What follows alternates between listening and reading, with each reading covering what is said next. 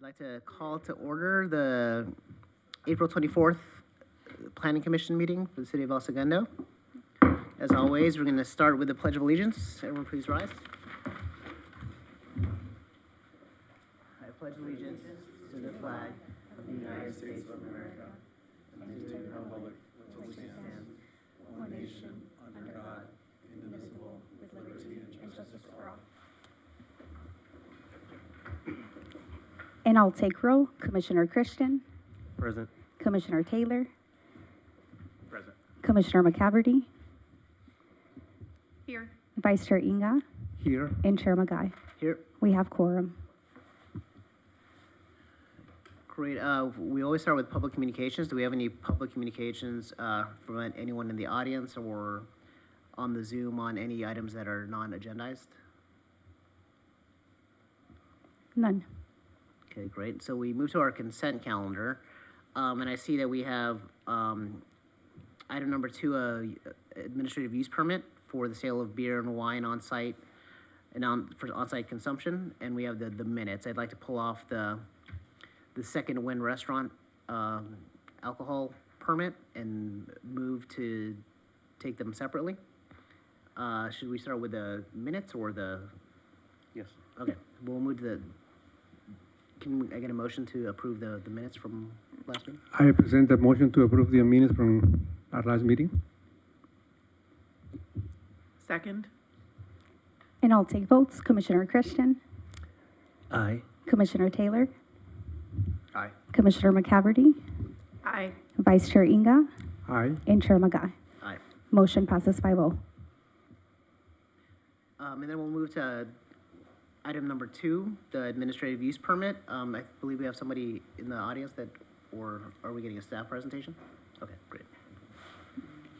Yes, we have a presentation lined up in case, we always do in case these things get pulled. So with that, I'll turn it over to Maria Baldenegro, who will present that. Good evening, Chair and members of the Planning Commission. The applicant, Theo Shiu, is applying for alcohol service for an existing restaurant at 747 North Douglas Street. The restaurant is located at a site that was developed as Elevon in the Corporate Campus Pacific Plan. Second Wind has been operating at the site since September 2024. This location had previous alcohol service approval for Lisa's Bon Appetit. It also included a conditional use permit for the outdoor dining area. After Lisa's Bon Appetit restaurant closed in 2019, a bakery moved in, and the bakery did not maintain the ABC license. After 2 years, that ABC license would require a new AUP, and both the city and ABC requires the AUP. So the project is primarily a request to allow beer and wine for on-site sale and consumption at an existing restaurant. The food service will be available during alcohol sales. The proposed hours are 11 a.m. to 11 p.m. daily. The floor plan illustrates the existing indoor dining area and the outdoor dining area. Indoor is 842 square feet, and the outdoor dining area is 617 square feet. Second Wind outdoor dining looks like this. There's pictures of it during the day and at night. Staff believes that the required findings can be made to approve the alcohol service at the site. There are conditions of approval to ensure the health and safety of the public. The alcohol service is considered an amenity for the restaurant, and the applicant must apply for an ABC license within a year. Therefore, staff recommends the approval and that the Planning Commission receive and file the director's decision approving the project with conditions of approval. That concludes my presentation. I'll be happy to answer any questions you may have. I do have the applicant's representative here to answer any specific questions regarding the representative or the restaurant. Just a quick question from you. So what was the bakery there? I don't recall. I think it was a boba and bakery site, boba, tea, and bakery. So the original one that did obtain the ABC license was Lisa Bon Appetit in 2016, And they have. but they left in 2019. My question is, I know it may have been addressed and I missed it. If I did, I apologize. But I was wondering about density of these conditional permits for alcohol use. Has anything changed since we granted the 2016 permit and now in terms of like, has there been a proliferation of these in that same complex or nearby or? This area does not have that many restaurants with alcohol. I think we only have one more. Okay. Most of the number of alcohol licenses are really regulated by ABC. Sure. ABC bases it on population Mm-hmm. in the county, so they could transfer within the county. Okay. This one's a 41, there's no Hard liquor. moratorium. Or no, anything like that. Okay. All right.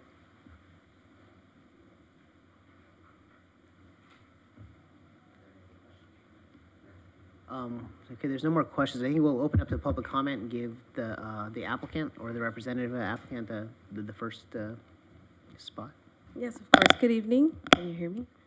My name is Liliger Damaso with Liquor License Brokers. We are located at 730 Washington Boulevard in Marina del Rey, and we're the rep for today's agenda number 2. Thank you so much for the presentation. So as already stated, this site was previously licensed with a Type 41, and the operator just wants to be able to offer beer and wine as an ancillary service. So secondary service to what they are, which is a sit-down restaurant. The same operator actually has other restaurants, one here down the block, Blossom Ramen as well, licensed with beer and wine.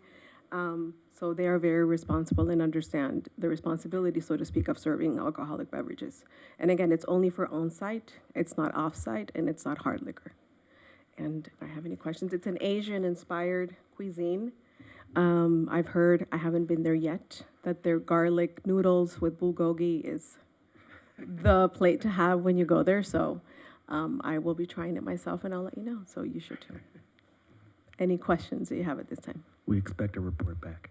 I will. I'll come back with samples. Yeah, I did look it up today because I've never been there. So yeah, they have different types of like Korean noodle bowls and Vietnamese bowls and multiple Asian cuisines, if you will. Correct. But I appreciate that I didn't realize that they had another restaurant here in town, so that's good to know. They have several actually, but in El Segundo, that one. Oh, okay. Yep. So I don't have any questions for the applicant. I don't know. No. So thank you. Are there Thank any you. more public comments on Zoom or in person? No other speakers for this item. Okay. Thank you.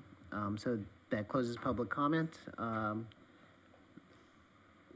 we get a motion to approve or not approve? I present a motion to receive and file the Community Development Director's approval of Environmental Assessment EA 1383 and Administrative Use Permit AUP 25-01. Do I have a second? I'll second that. And I'll take votes. Commissioner Christian, Aye. Commissioner Taylor, Aye. Commissioner McCaverty, Aye. Vice Chair Inga, Aye. and Chair Magai. Aye. Motion passes 5-0. Great. Okay, moving on. There's no public hearings today, so we're moving on to new business. I've been asked to flip-flop items 3 and 4, so we're going to jump to number 4, the consideration of live-work preference policy for new affordable housing projects in the city of El Segundo. And I believe we have a presentation from Thank you. staff and consultants. Thank you, Chair. And we're gonna, Eduardo, you got the PowerPoint? Okay, thank you. While Eduardo gets the PowerPoint up and running, I'll introduce Agnes, our one of our analysts on staff with community development, who has taken the lead with me on the implementation of our affordable housing strategic plan. And for the commission members who are here and those who are new or may have been watching along over the last couple of years as we've implemented our housing element programs. The Affordable Housing Strategic Plan was one of those programs that we needed to develop. That document was adopted 2 years ago now, actually, I think. December 2023. At the end of 2023. And now we're sort of in the midst of implementing various programs or goals of the Affordable Housing Strategic Plan. So with that, I'll hand it over to Agnes, and then she'll go ahead and hand it over to our other team members that are here.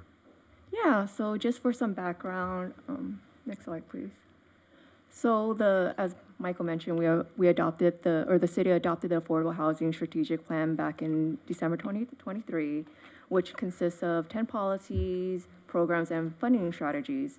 And one of the policies that the city prioritized is the live work preference policy, with the goal of giving priority to individuals and families who already live or work in El Segundo. And this will be built into like affordable housing agreements through like a DA or a density bonus agreement. And like ultimately the objective is to mitigate displacements and gentrification's impact resulting from development activities. So with that, I'll pass it on to our consultants. And just to reintroduce as well, RSG has been here before, but we have Jim and Jillian from RSG who we onboarded a year ago, maybe a little bit less than a year ago, to help us. We are not necessarily subject matter experts in affordable housing, although we are land use folks. It is not, we don't have that in-house expertise. And so we've brought RSG to really counsel and help us in the development and implementation of these programs. So go ahead, Jillian. Thank you, Michael. Good evening, Commissioners and Chair. My name is Jillian Glickman, Senior Analyst with RSG. I am joined by my colleague, Jim Simon, Principal at RSG, although today I will be leading the bulk of the presentation. So like Agnes mentioned, today we'd like to provide you with an overview of the proposed live work preference policy for new affordable housing units in the city.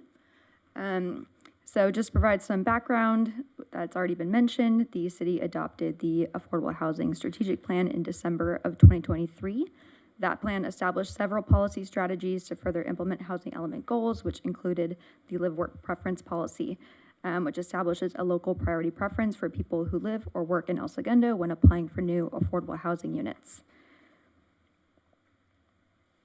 Just a little recap on our progress to date. RSG was retained by the city in July of last year to assist with the implementation of the city's Affordable Housing Strategic Plan, including a live work preference policy. So in around November of last year, we had initial discussions with city staff around the policy. RSG then conducted additional research on comparable policies in cities in California that had similar policies to provide the city with some context.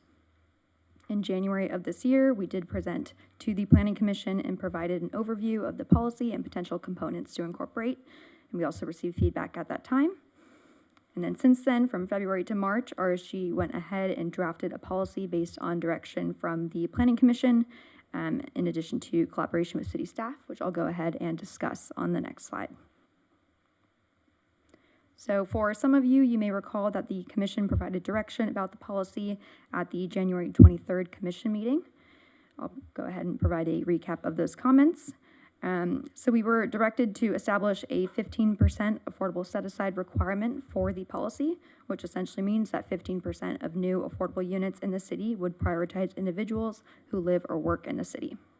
The Commission also asked RSG and city staff to consider whether the policy could be implemented on an ongoing basis for vacant unit, in addition to the initial lease-up of an affordable housing project. Lastly, the Commission also asked to create additional preference for public safety personnel, school employees, and city employees.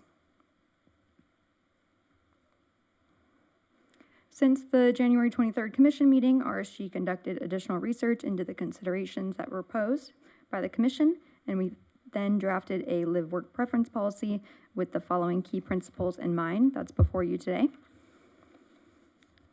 Those key principles include mitigating the effects of displacement on low and moderate income individuals who live or work in the city of El Segundo by ensuring they receive preference for a portion of new affordable housing opportunities in the city. was also created with the priority to provide additional preference to critical public service employees, including public safety personnel, school employees, and city employees. And lastly, it was also developed with the goal in mind to reduce the administrative burden on city staff by assigning policy implementation to the owner of a city-assisted affordable housing project. Before you today in the agenda is the draft version of the Live Work Preference Policy. The proposed policy includes the following key provisions. So as it is drafted now, preferences shall apply to 15% of deed-restricted units at new city-assisted rental and for-sale affordable housing projects. This would apply to both the initial lease-up of the project in addition to when vacant units become available, thus on an ongoing basis. Owners shall also give preference to the following applicant households. It includes applicants with at least one household member whose primary place of residence is in El Segundo, applicants with at least one household member who works or who has received and accepted a bona fide offer of employment within the city. Additionally, as it's written currently, additional preference will be given to public safety personnel, employees of a school district, in addition to employees of the city of El Segundo. Lastly, it also includes applicants with at least one household member who participates in an education or job training program located within the city. The policy was also formed with additional provisions regarding implementation and limitations, including the following. So the owner of a city-assisted affordable housing project shall be responsible for both the initial and continuous implementation of the policy throughout the term of the affordability restriction. This would include inclusion of policy information, project marketing materials, in addition to determining household eligibility for the policy.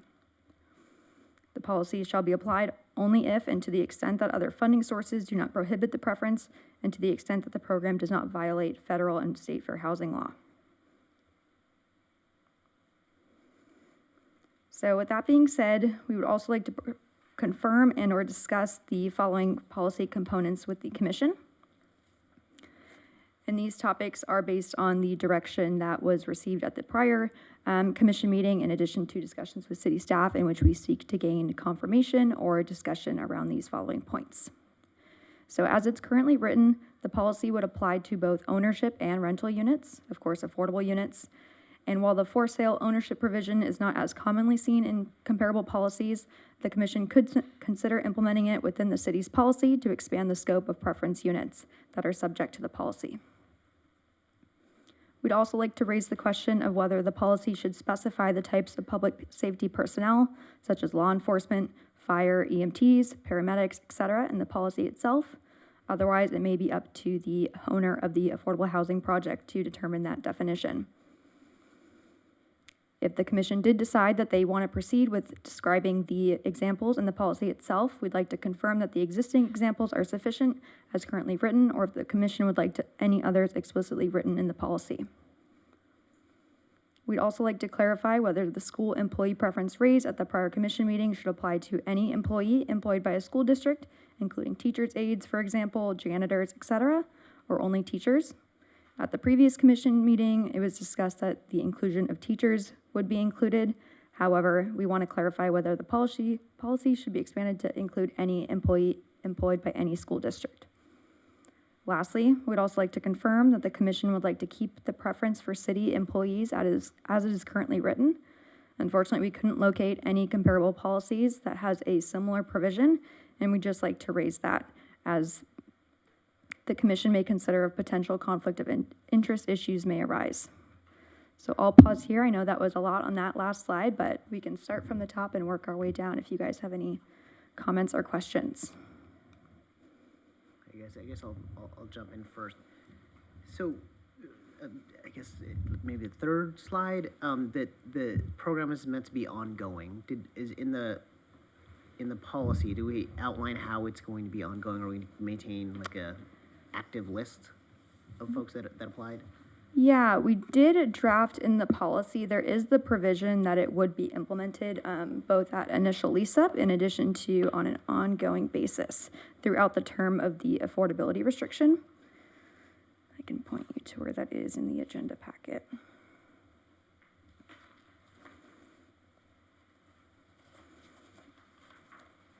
So it would be a list versus reopening some sort of RFP type of situation? So it would essentially be when vacant units become available, those units would also be subject to the preference as opposed to only including it at initial lease up, where a percentage of those units would be included. So on an ongoing basis, the vacant units would need to be monitored to ensure that the preference is being applied at the percentage that the policy establishes. So I guess what I'm asking is how do you make sure it's applied? Is it if there's 10 units available and then there's 14 people on the first 10 get in, does number 11 stay active on the list, and then once something opens up, then then they're called? Or is there an announcement or of some sort where, oh, there's an open vacant unit, everybody can apply again? Yeah, the policy itself doesn't address the specific implementation of that provision. In comparable policies, typically the policy itself wouldn't go far into detail, but there would be additional policy guidelines or programs that are implemented to make sure that those specifics are created and done accordingly. Okay. Also, Chair, just to refresh everybody's minds, when we had our discussion or study session on this item, if you recall, we talked about the difference of the initial lease up versus an ongoing in perpetuity, usually a 55-year, right, covenant restriction. And we talked about the staffing capacity to be able to manage that moving forward. And the preference initially was we proposed just initial lease up because just the ability for that to be managed on an ongoing basis is burdensome. But the commission expressed a desire for it to be initial lease up plus. And what we had discussed during the study session was that at that time, that would be something that staff would have to work with, either a consultant team or the developer to develop that strategy for the ongoing implementation, and could possibly be a resource ask to city council, say, hey, we now have a affordable housing project with affordable housing, and in order to manage that, we now need in-house subject matter experts, and that ask would have to come when and if we were ever presented with future affordable housing that is subject to the 15% preference policy. But we never got into the weeds of the actual administration because we don't have anything yet in front of us. Yeah, I remember this because there was some discussion about whether there was like available technology or we were seeing technology that could be brought to bear to help reduce the administrative burden for having to ongoing manage a list of potential applicants. So if we are to adopt this policy, there would have to then be a follow-on creation of a program to support this part, whether it's technology-based or people-based. There's like another piece we would have to, either the city council or Yeah, that's correct. When the need arises, we wouldn't Right. stand that up today. We don't have a project with Sure. with the 15% commitment. So when that time comes, then through either the budget adoption process, or if not part of the budget adoption process, we realize, hey, we can't manage the ongoing operation, then that's a resource ask to city council.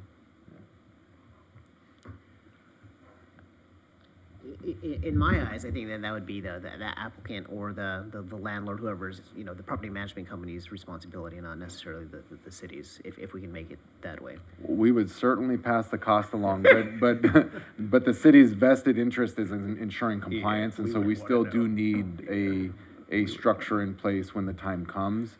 But in a lot of localities, they will hire the consultants. They will oversee essentially the auditing and monitoring of it and pass that cost along to the developer. Okay, so yeah, we'll figure that out. Like I said, my preference would be to keep a running list versus putting an announcement out, because if the property management company has their buddies that it doesn't have to be wide. No one knows when to look for these things. So if it's just out, then people who are in the know would have the upper hand. Another important reason that the city might be the one to manage that list. And I have a couple more questions on this slide specifically. So the three bullets, that's not in order of priority, right? No. Okay, so how would we prioritize this? Or how So- have other cities prioritize this? As the policy is currently written, it establishes a lottery process in which there's sort of this tiered priority of the preferences that you see here, and then the additional priority for those employment personnel that was described. So the public safety personnel, teachers, employees would be assigned additional preference. But again, the policy doesn't get into the implementation side of the lottery system. Okay, okay. And can you, I don't remember talking about or discussing the education or job training programs within the city of El Segundo at our last meeting. I don't know if you guys recall that, but can you shed a little more light on that? Like, well, what, an example of that? Yeah, so I think that that would be anybody who's receiving any employment-specific training. It's considered best practice to include it in preference policies, and in the policies that we looked at most did include the additional provision that it's not only people who are currently employed, but also receiving that training. So what kind of, like an internship or something, or? I think what it kind would be of more so training? for like trade careers or something like that. Okay. Interesting. Okay, I'll have to put some more thought into that. Yeah, so, because it threw me off too, the education part threw me off. So, someone who works at Chevron, for example, who's being trained on a position there, doesn't have the job yet, but is being trained for a potential job, would fall into this line item? Chip Simon with RSG. Really, I think the focus here is around workforce development activities. So like in partnership with the county, there's a workforce development program, or the state's got programs around apprenticeship programs, for example, which are often run through private companies. Those are the types of programs that we're talking about. It's not, if every one of us is a job and we're getting training, it's not really limited that broadly, but it's more specific to, workforce development type training activities. I guess I'm maybe struggling a little bit there seems to be an overlap between the part where someone has received and accepted bona fide offers of employment versus a training program for such. Would those be different things, or would they be the same thing? No, they could be different things. Yeah, if you're in an apprenticeship program, you might not necessarily be considered an employee of that company, for example. So, Okay, yeah. so an intern, maybe. Effectively, yeah, essentially the same. Okay, Yeah. all right. I think my other questions, I wish there were numbers to put around some of this. The 15%, then with all these preferences kind of layered on top, feels like that would fill up really quickly. Can you explain that more?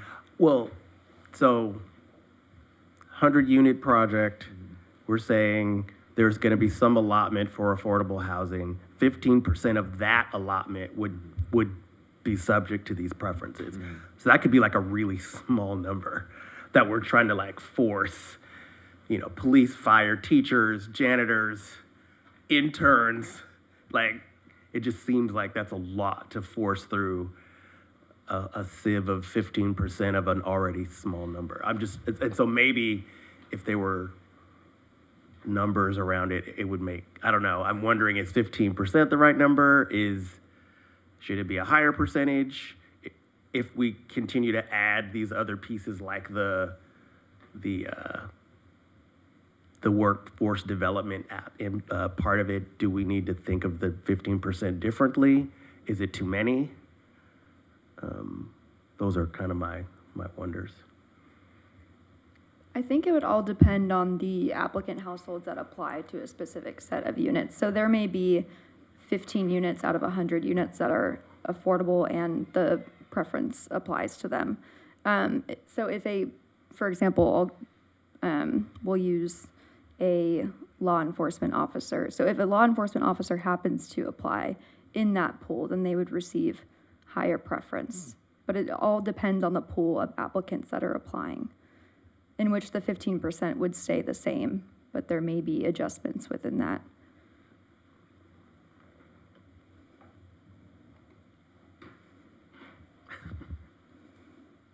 Can I just ask like a clarifying question, because I wasn't here before, like Steve and I are fairly new on here. It sounds to me, I think my question's being answered. We're talking in a hypothetical right now. There's no project in place, because I know affordable housing is like a huge issue here, because there isn't any. That's right, yeah. So this is part of our plan that we want to see as developers come in. If there's an affordable housing component to the development, then this will apply. That's right. And if it's a city-assisted project, then it will apply. And the genesis, on a very high level, the genesis is to mitigate displacement. The concept is that people who may already live, work, go to school here have the opportunity to either continue to live here or locate here because they're already working here. And so the 15, and remember, coming up with the 15% was not an easy task as well. But the baseline on that was also, and maybe we do give a little primer of the baseline of how we got to the 15%, based on what we felt was the potential displacement in El Segundo, given current lease rates and employment data, and you're gonna have to refresh my memory how else. It was not a straightforward formula, but the genesis is that the intent was to mitigate displacement, and there are no projects that are currently subject to this, but in the future, if there's a city-assisted affordable project, that this does apply. Okay, so then my next question, which I think was also asked, was then how will the owners be monitored to be sure they are taking applications for people who need affordable housing? So that's a mechanism. How will that be enforced? Yeah. And I think you mentioned, Yeah, would we early, pass yeah. it on to the consultants? Would we pass it on to the city? But if it's a city-assisted project, I would Yeah, think so the I mean, city- ideally, there is an arm of City Hall, whether it's part of community development, or maybe we're big enough that we need a separate housing agency, or we're small enough we can't afford to have in-house staff on a 24-hour permanent basis, and so we contracted out to a company like RSG, or there's nonprofits, or there's other agencies out there to provide that monitoring services, the auditing services with the developers and ultimately with the operators of the buildings. And that's an unknown cost, and it's an unknown piece of the puzzle at this point, but we're not going to figure out what that is until we actually have a project in hand. Okay, and then I said how many of these projects are in place, but obviously that's a zero. Unfortunately, none. Yeah, okay, thank you. Yeah, I think for me, the genesis of it is, part of it is, yes, to avoid displacement, but it's also, from an environmental standpoint, to reduce regional VMTs. If you live closer to your place of work or where you go to school, you're driving less, which I think is good for the environment, good for congestion, but also to kind of provide a sense of community for like teachers that are already here and firefighters that are giving so much of the community already, to give them a chance to be even more part of the community. So I think not just this displacement, but I think that having this kind of local preference is very important. And I think that, to your point, Mark, will all these applicants take up the 15% potentially? Because that's it's kind of a low number when it comes down to it. But if they did take up all the affordable housing, I don't mind that if they're already part of the community. I don't know if you think otherwise, but I think. I think for me, the answer is we'd have to see, but I wonder about that number because it does feel low. And so if we had a project and then like it immediately filled up and we'd be like, oh, cool, we did our job. But I would probably counter that if it fills up like that, that means the number was too low, right? If there's like double the number, triple the number, that means the demand is different than what we're putting out there. And I guess maybe to clarify for me, is the 15% cover like the entire requirement for low income, or is it a percentage of a percentage? It's a percentage of the affordable or set aside units. Okay, so even if we cap the 15, those other people who aren't able to get the preference in this lottery could still fill up the rest of the, That's correct. theoretically. So, okay. So maybe I'm less So it concerned. is a small number. It is a small yeah. number, but maybe I'm less freaked out if, But what's the number of, or the percentage of affordable housing units, or is that gonna vary per It's project? a vary per project. You could have a 100% affordable project with a city-assisted affordable housing nonprofit provider that builds 100% affordable projects. Or it could be some version thereof with a for-profit developer who does some partnership with the city. We use some of the funds as part of the Affordable Housing Fund to buy down, additional doors or help with the financials. And then that would trigger this requirement, and they would have whatever complement of market rate units and then whatever complement of affordable units in order to achieve likely a density bonus to get the additional density, and then commit to a certain percentage of affordability, which could be anywhere from 10% to 50%. Okay, I just have a memory of a certain building project in town that was supposed to be a certain percentage of affordable housing that never quite did that. Yeah, so you're referencing the DR Horton site then that's where the $5.3 million came from, as an in lieu payment to providing the affordable housing, yeah. This would be not applicable in that case, because that person just in lieu out of providing affordable housing. But this would be applicable to somebody who actually builds the housing. so that they wouldn't be able to in lieu out of this piece? They could in lieu. They still could, Yeah, they right? could in lieu the requirement. Okay. And I know we talked, I feel like we talked about that separately. I feel like that was a longer discussion. I think I remember. It was. Yeah, okay. All right, those are my questions. So, are there any other questions? I do want to spend time on that last slide. Of course. With each additional 4 bullets, but are there any other questions on the rest of the presentation before we get to this? Or last slide? Okay. Does anyone want to start? I just have a question on affordable ownership, and this is, do we want to consider it? I guess how would that work? I get the other part of that, affordable ownership, I guess I'm a little confused on how that would work if we want to implement that as part of this policy. Yeah, so if there are affordable ownership or for sale units, then a percentage of the for sale units would provide preference to individuals who live or work in the city. It's essentially the same with Same theory. rental, exactly. And if it were to be resold, then the idea would be that it's continuously implemented on that preference unit. Could the preference unit change? Like, it's not a specific unit, is it, or? No, it's not tied to the physical. Okay, so just, okay.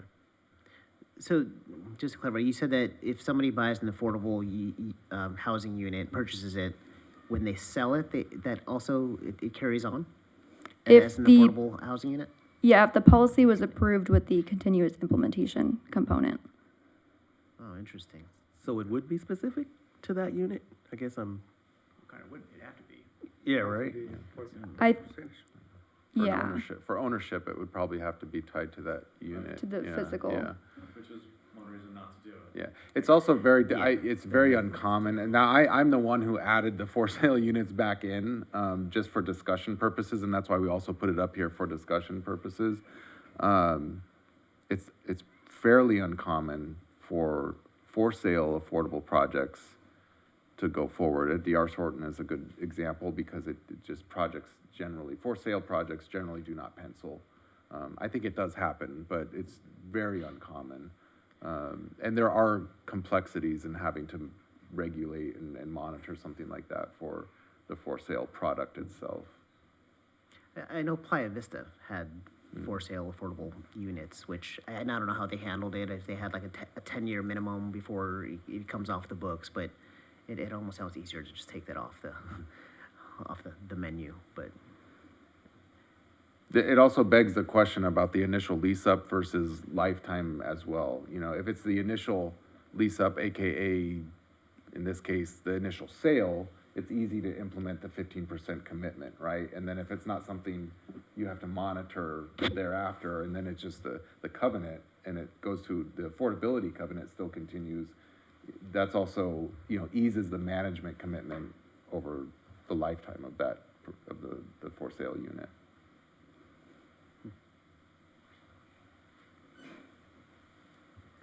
Just want to add one other element to that. One of the things to know about affordable housing, that if it's 100% affordable or even largely affordable, they've usually got funding sources that require there to be ongoing monitoring being conducted on a quarterly or annual basis. So you're already in the unit, if you will, and you can do that monitoring on the rental units fairly easily. On the ownership side, that's not the case. Like when someone buys it, there's really no touch point with the owner going forward. And, it definitely is a bigger administrative burden for that reason, because there's all kinds of reasons why a homeowner could have difficulty maintaining that unit and staying in that unit. And then if they have to leave for whatever reason, you're now telling them, no, you can only sell it to, one person, of the many that you've got, and that creates some challenges there. Now, they're not going to be cashing out, the equity still stays with the affordable unit, but, in a substantial way. But it does create a lot of administrative burden to do that. Again, it's just something to be aware of, so. It just doesn't seem like that scenario would really come up much in El Segundo anyway.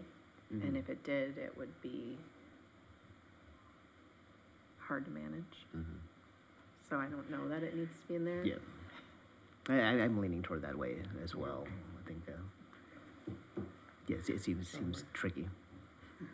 And if somebody has a project that's funded by other sources and they have their own requirements, they can implement them or, as they wish. But I don't know that we should require those types of things. Okay. I love the idea of it. I mean, the D.R. Horton is the perfect example because a lot of people had high hopes. And, my heart goes out to the people that really do need these assistance programs, and our town is sorely lacking in that. I just think this one little element in this particular plan probably isn't necessary. Okay. All right, do we want to move on to the second bullet regarding the specification of types of public safety personnel in the policy? Whether you find that the current description is accurate, and confirm if there's any changes or if it's okay as is. Do we have to define it by type of public safety personnel? Can we define it by employer, whether it be the city, the school district, the fire department, or police, no matter what their role is within those within those organizations? Yeah, that is an alternate way to specify the preferences if you preferred to do it by the employer as opposed to the position. But then the last bullet caught my eye with the potential conflict for city employee preference. Like, it's one thing to say it's law enforcement or fire, but if we open it up to somebody who works in planning, and then they were part of this, what are the optics of that, and is that putting the city in a conflict situation? I guess I should ask Joaquin then. Is there a conflict there? Potentially, yeah. But I guess wouldn't that same conflict exist for fire and police? Because exactly they're right. still city Internally. employees, but there's less of an optics issue when you're I think that's the key. making affordable housing for your, primary first responders versus more of the white collar jobs in the city. I do think you have to be Optically. mindful of the optics and the buckets you create and where's their overlap, and as far as creating buckets, maybe for sworn police officers or public safety personnel, how are we uniquely describing these and why may they get some certain benefit than someone who's not a public safety personnel? So we should back up any sort of things that we implement with, good bases. And is that consistent in other cities? Or is this language we came up with on our own? Typically, we do not see the specification of employer types or employment specific job titles in these policies. Generally, they're more broad to somebody who just works within the city or lives within the city. Do we think that's because they're not necessarily thinking that they want to encourage their public safety employees to live within the city, or they think they'll all be captured some other way. I guess I'm trying to, like, we brought that up specifically because we were like, hey, we want to encourage, you know, our public safety personnel to be able to live within the city. Are other cities thinking the same way we are, but using different language? Or are they just not as interested in as we might have wanted to be in encouraging them to live here? There may be other job employee preferences that aren't tied to tenant preferences for within this specific type of policy, but there may be others that exist for a specific type of project, or if an affordable project opens up and it's specific to teachers or specific to police. But in our comparable research, we didn't see it tied into the tenant preference policy. And to your point as well, if there was a law enforcement officer who works for the police department, they would still receive the work preference because they're working within the city of El Segundo. It's just that additional tier that would be created Right. with additional preference. Okay. So, and are we leaving anybody? When I read that bullet point, I was like, oh, are we trying to exclude a public safety person who is not police, fire, EMT? Like, am I looking at in the negative what I shouldn't be? Yeah, I think it would be the inverse where you would, if it were to be included, we were wondering if the commission would want to include the types so that it's clear. But the policy also does state that it's not limited to the examples that are provided. Okay. Yeah, I think part of what we talked about before, because there's so many businesses on the other side of town, right? So technically, they all work in El Segundo. So I mean, that really giving the people that spend a lot of time here and give to the community, like city employees and teachers, we wanted to give them a preference over some of the the defense contractors that are over there. 100%. And the optics thing, I think I'm less concerned about it. If there's a legality or conflict of interest, of course, we have to address that. But I think that, what I said earlier, that we are giving preference to these people because they spend a lot of time in our communities, they give a lot to our communities, and we want to give them an opportunity to live within our community. I think that applies to city employees also. If there's an optics thing, I mean, I think people would get over it. If there's legality thing, then yeah, we have to address it. I think that city employees should still be included in this, but that's just, I guess going back to the other ones, I'm looking at 2 and 3. As far as the public safety personnel description, I know it's broadly worded. Sometimes I guess it's like referenced as first responders. That sort of captures them as well. But in the discussion as far as the scope of that preference, so that would ostensibly apply to Riverside County Sheriff, correct? So they don't really, just by virtue of being a public safety personnel, such as a sworn officer, they would get that preference. So it would be specifically under the work component, so to work in El Segundo. They would have, okay. So there's an overlap between two, okay, and location. Okay, so they're not, okay. So I think there are some federal agencies that lease space from PD that have rented space here that would get the preference, even though they work for the DEA, for example, I suppose. Okay. And then similarly for the third one, those would be school employees that work in a district within El Segundo. As it's currently written, it's written as employees of a school district, but implicitly, because it's the work preference, it would be if their employer is within the city. And how does it tie to the work preference? Because this is additional preference on top of the. Okay, so they're layered. Got it. Okay, thank you. And there's technically 2 school districts in El Segundo, so.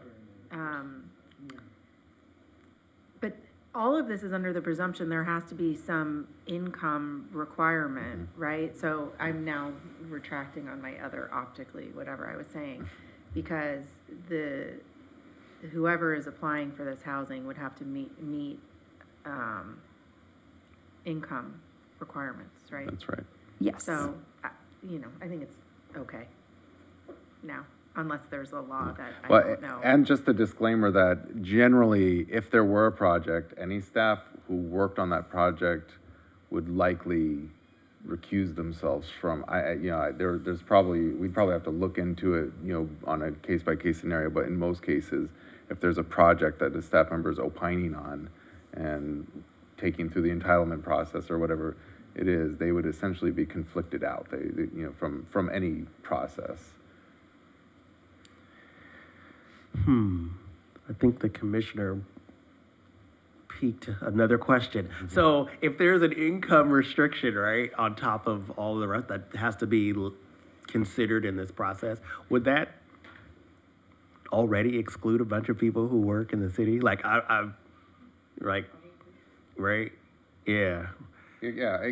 Like like a police officer for El Segundo PD. But all of this is hypothetical because there's no building being built yet, and we don't know what the affordable housing requirement of the fictional hypothetical building is gonna be. We kind of have a sense, right? Like, we know what would be considered affordable now, right? And would someone... For LA County, yeah. And- Yeah. Yeah. So I think it's, well, let me just, while we're talking, I can bring up the chart, but it's circumstantial, but I think you couldn't carte blanche say that there are not any individuals in those sectors that may not meet the income qualifying criteria. Some of it is based on household income, well, it's based on household income, so you might have single income, but Right. with, spouse and children that they're Bunch of supporting kids, yep. that may qualify under this criteria. So it's really hard to say one rule applies, but it's based on the county area average or median income, and then depending on the affordability rates, then it's a percentage thereof. LA County has a relatively high AMI, and so sometimes it's a bit shocking to see who actually qualifies for affordable housing, particularly in LA County. It's sometimes surprising to see. I would also just say, using police as an example, there's a lot of non-sworn personnel that works. They do, records management, dispatchers, exactly. And they're all considered police? Or Maybe- like an maybe that office goes to the worker question. in the police department is considered a public safety personnel? They're civilian public safety workers, I think. And that's what I kind of was leaning toward by employer versus actual Yeah. job role. Yeah. But they fall under the bigger umbrella of all these bullet points of city, City and work in the city and... working in the city. So that's the larger umbrella, and then. Are they city employees? Fire and police are city employees technically? There's not a separate... I guess those would naturally fall in because they work in the city, but there would be other jurisdictions that may have offices or other, or work in the city technically that would be available on how it's written now, which you can tailor accordingly.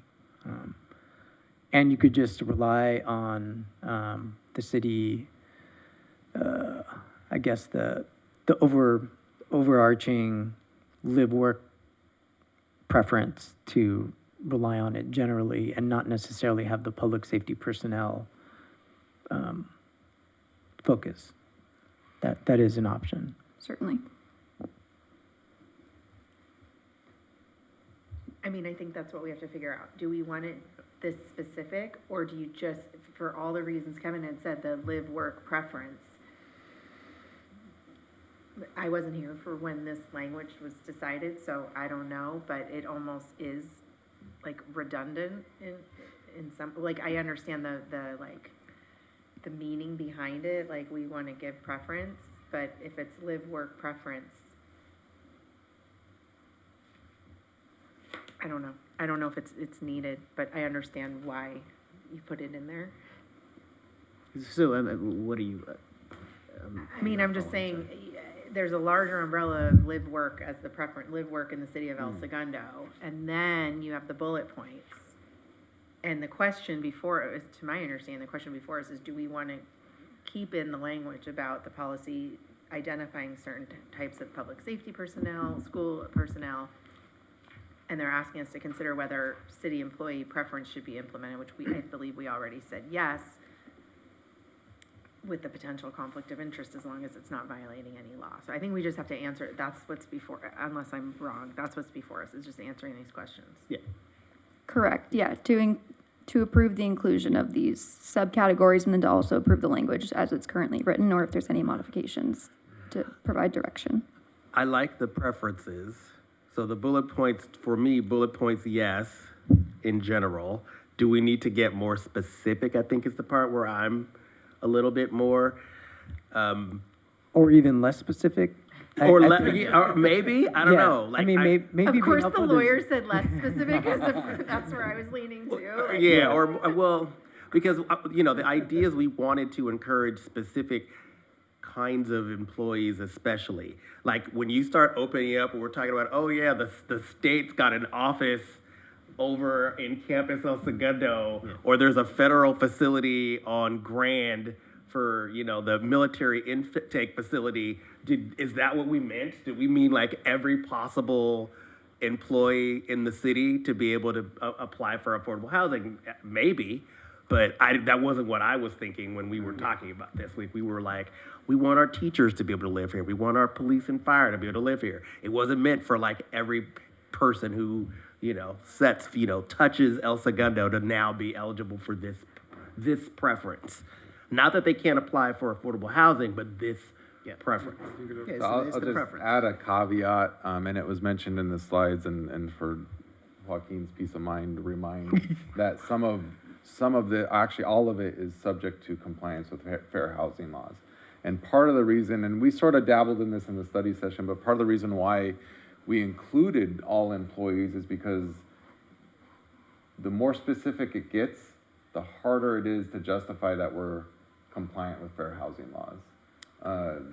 So the more narrow we make the scope or the applicability, then the closer we get to a potential challenge that this is not compliant with fair housing laws. And so part of, and some cities, and we did not do this, but some cities, but I think we talked about it, just they adopt a buffer actually. It's not limited to a particular jurisdiction, rather it might be an area that's in a certain proximity to a project site, like a radius, or there's other defining criteria to help move away from such a narrow scope.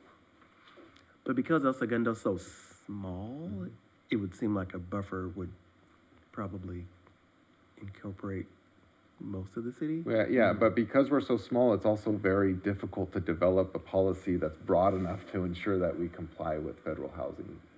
So I guess Fair housing law. hypothetically, there could be a South Bay preference. Just kind of zooming out a little bit. We didn't go that broad, but Yeah.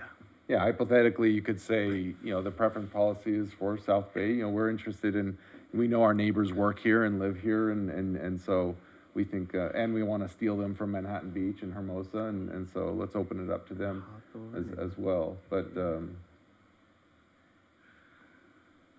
Do we think that what we've proposed so far puts us in like a yellow or a red zone with respect to fair housing law? Like, do we think we're setting ourselves up for failure with what we've already got, or?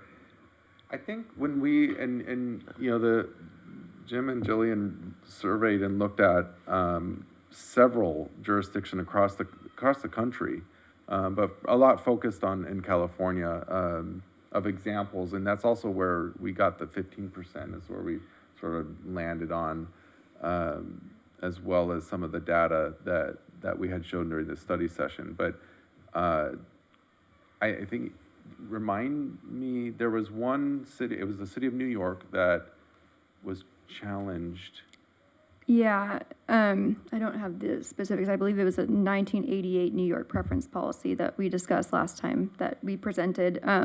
And they were litigated for the preference for perpetuating segregation based on the preference that was established. I believe it was 50%, but don't quote me on that.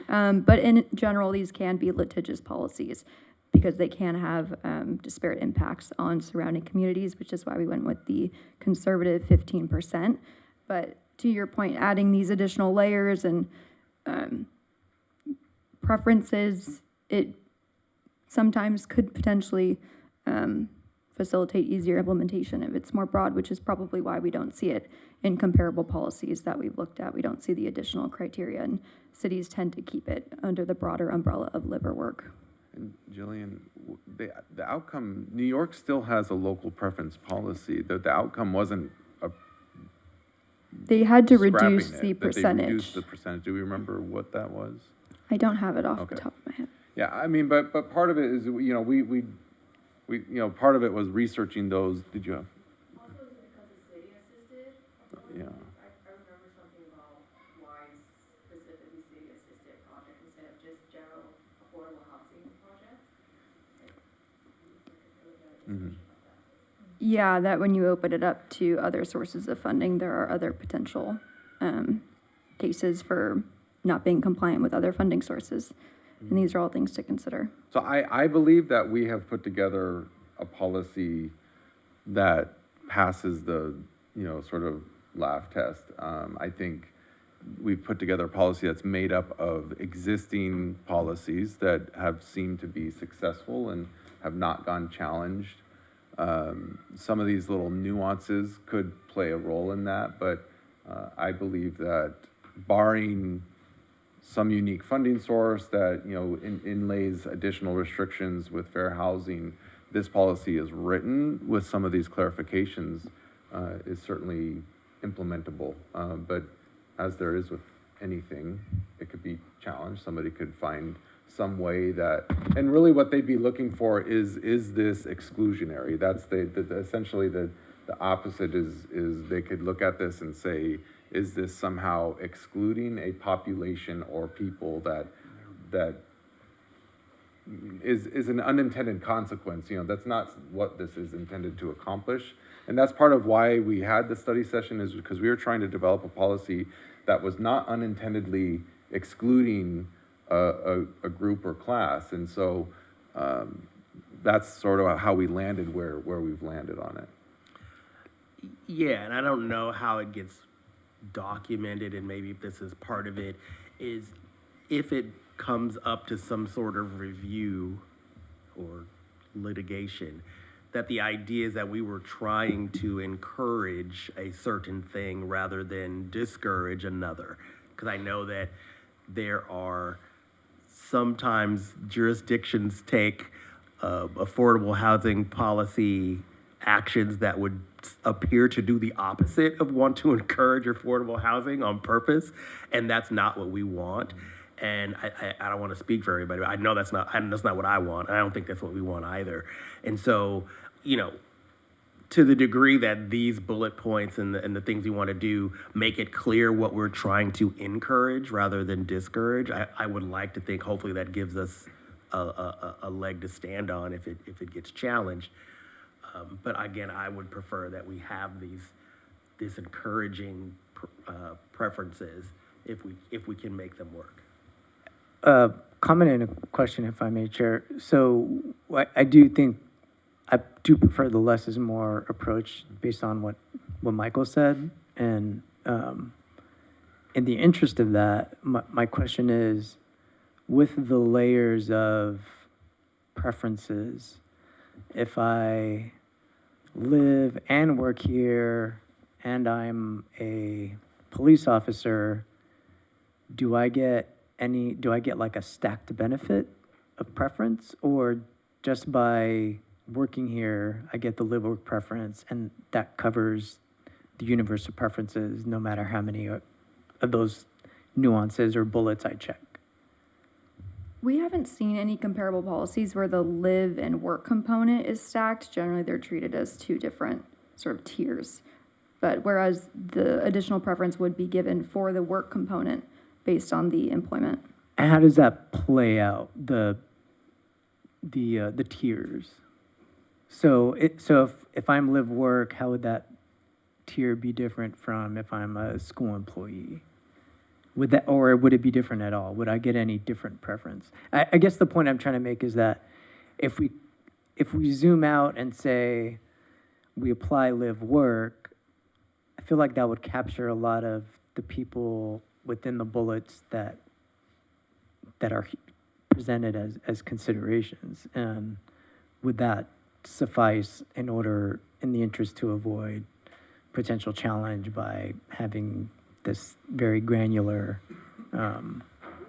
preferences stated. I think that the live work, I mean, I think the preference is it's a much smaller pool. I don't think that it's the same group as, I think that the full live work group that you're talking about is much larger than the ones with the preferences.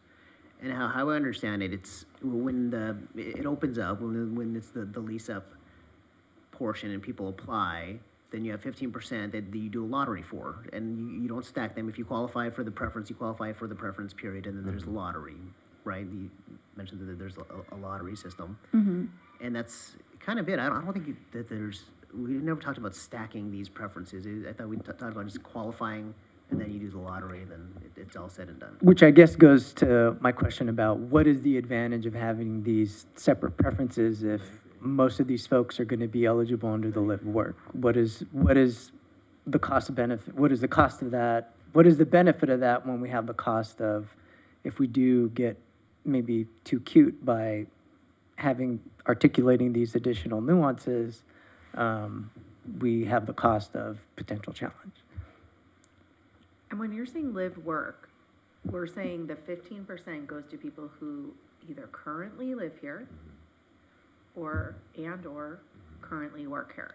So when I look at this, I have a friend in mind comes to my head who has lived here, has raised children here, but does not work here and doesn't meet any of the extra little people, you know, and not little people, little bullets that we've outlined. And so to that person, it could look exclusionary, or that like, oh, I've lived here for the past 20 years and I'm not within this 15%, even though they actually are. But now we bulleted certain people, like wink, wink, nod, nod. So I'm erring on the side of, if live work encompasses it, and if live work is what everybody else says, I don't think we need that extra language. But I wasn't here before, and I feel bad you did all this extra work, and I'm the one saying I don't like it. So, sorry. There's no rule that new commissioners don't have voices. It just feels redundant and unnecessary and potentially exclusionary. So maybe I'm missing it. So you're saying all of that, get rid of it, this whole page? How does that? Yeah, I just think it should just be live work. The 15% preference is For to anybody. people who either live here for the continuity, so no displacement, that thing, or work here. Because this is targeted only at people who work here, too, if you look. You don't know for sure that there's a police officer who's currently living here who would apply. Like, the extra bullets, to me, look like they're just encouraging people who currently work here. So the hypothetical I threw of the person who's lived here for 20 years but works for somewhere in downtown LA might look at this and be like, ugh, am I in that 15%? Because it's so specific to certain employees in our community. So I like the broader language. So my stats may be off, or they're old, but Elliston has a population of, what, 17,000 people, right? But that's our resident. We have 17,000 residences. But then our daytime population is over 100,000 people because of the work. So if those 80,000 people flood, if there's 100 units available, those 80,000 people theoretically could flood that and push out all of these people that are already part of our community, that are tight-knit within the community versus, you know, that just work on the other side of town and they're in and out of here. I would prefer to give that small preference. I mean, if we could raise it, I mean, if we wanted to go more than 15%, I'd be open to that, but, you know, that's a harder sell, I think. But if we give whatever preference we can, how small it is or how big it is, I think that would be great for the people that are, again, that are giving a lot to our community already. So. Is it, well, I think it is feasible, but perhaps one way to marry this is to have the live work preference and just identify under the hood, what's under there. It does include these various groups who may qualify. I mean, we might have to wordsmith it, but we could say, hey, it includes all these people that we care about. within How that, that's within written that in larger bucket. Exhibit A already? Isn't that, that's what I'm looking at, I mean, it says additional preference given to the applicant households, public, safety personnel, including but not limited to law enforcement, firefighters, emergency, medical technicians, paramedics, employees of the school district, employees of the city of El Segundo. Does that kind of wrap it up all right there, the subheaders of that, of what's already written in Exhibit A? The way it's currently written does give that additional preference. Yeah.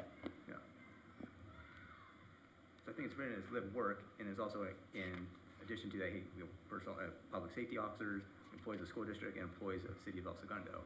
So I think in my mind, that kind of wraps it up right there already. I mean, if we read the Exhibit A as attached here.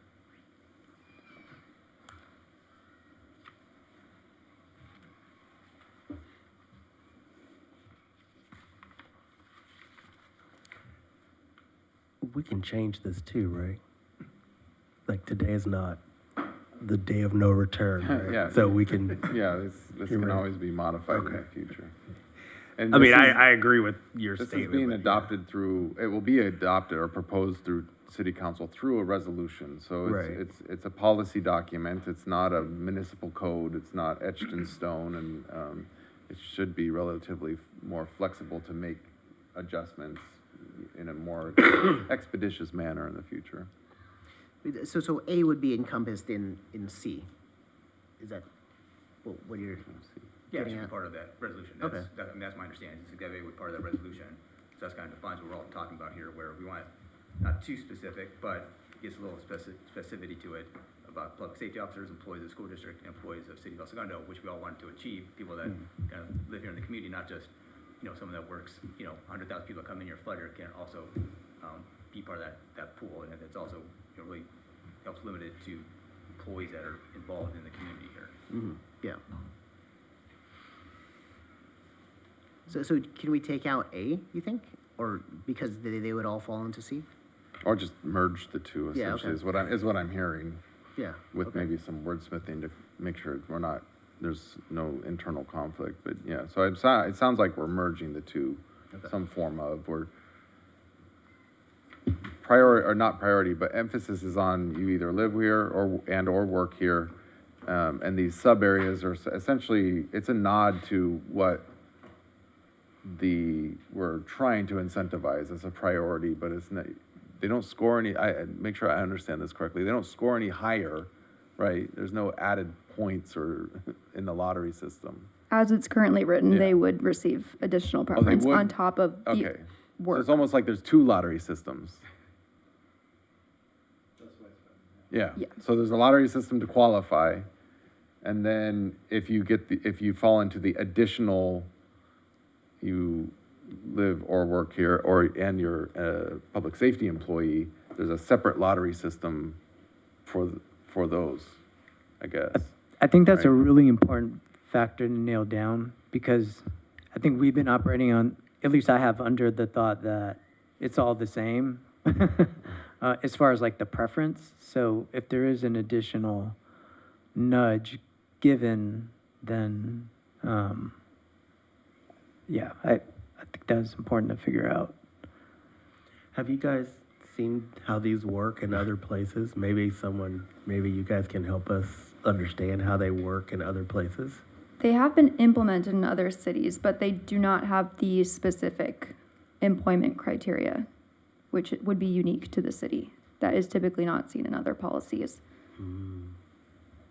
So in other cities, they have just one lottery and everyone goes in it. There is no other preference, or is it like, how would that work? Essentially, if you qualify for the unit, you meet the income requirements, That's it. you've been that you've been verified that you are employed by an employer in the city, or that you do have a home address that's within the city, then essentially those are approved to go into the lottery. We're done. And imagine 1,000 wheels turning and they pick out a random ball, and that's the awarded applicant number one, and so on and so forth. Okay, and what we're asking for is, what it looks like we're asking for, and maybe we're not, or didn't intend to, is we're saying, hey, we want to incentivize teachers and firefighters and police, so they would be in a separate pool that would get picked first, or they would be in is that how it would function? Like maybe that's the part I guess we're it depends all on the lost numbers. on. I mean, just for, really, it's just one lottery. It just depends on.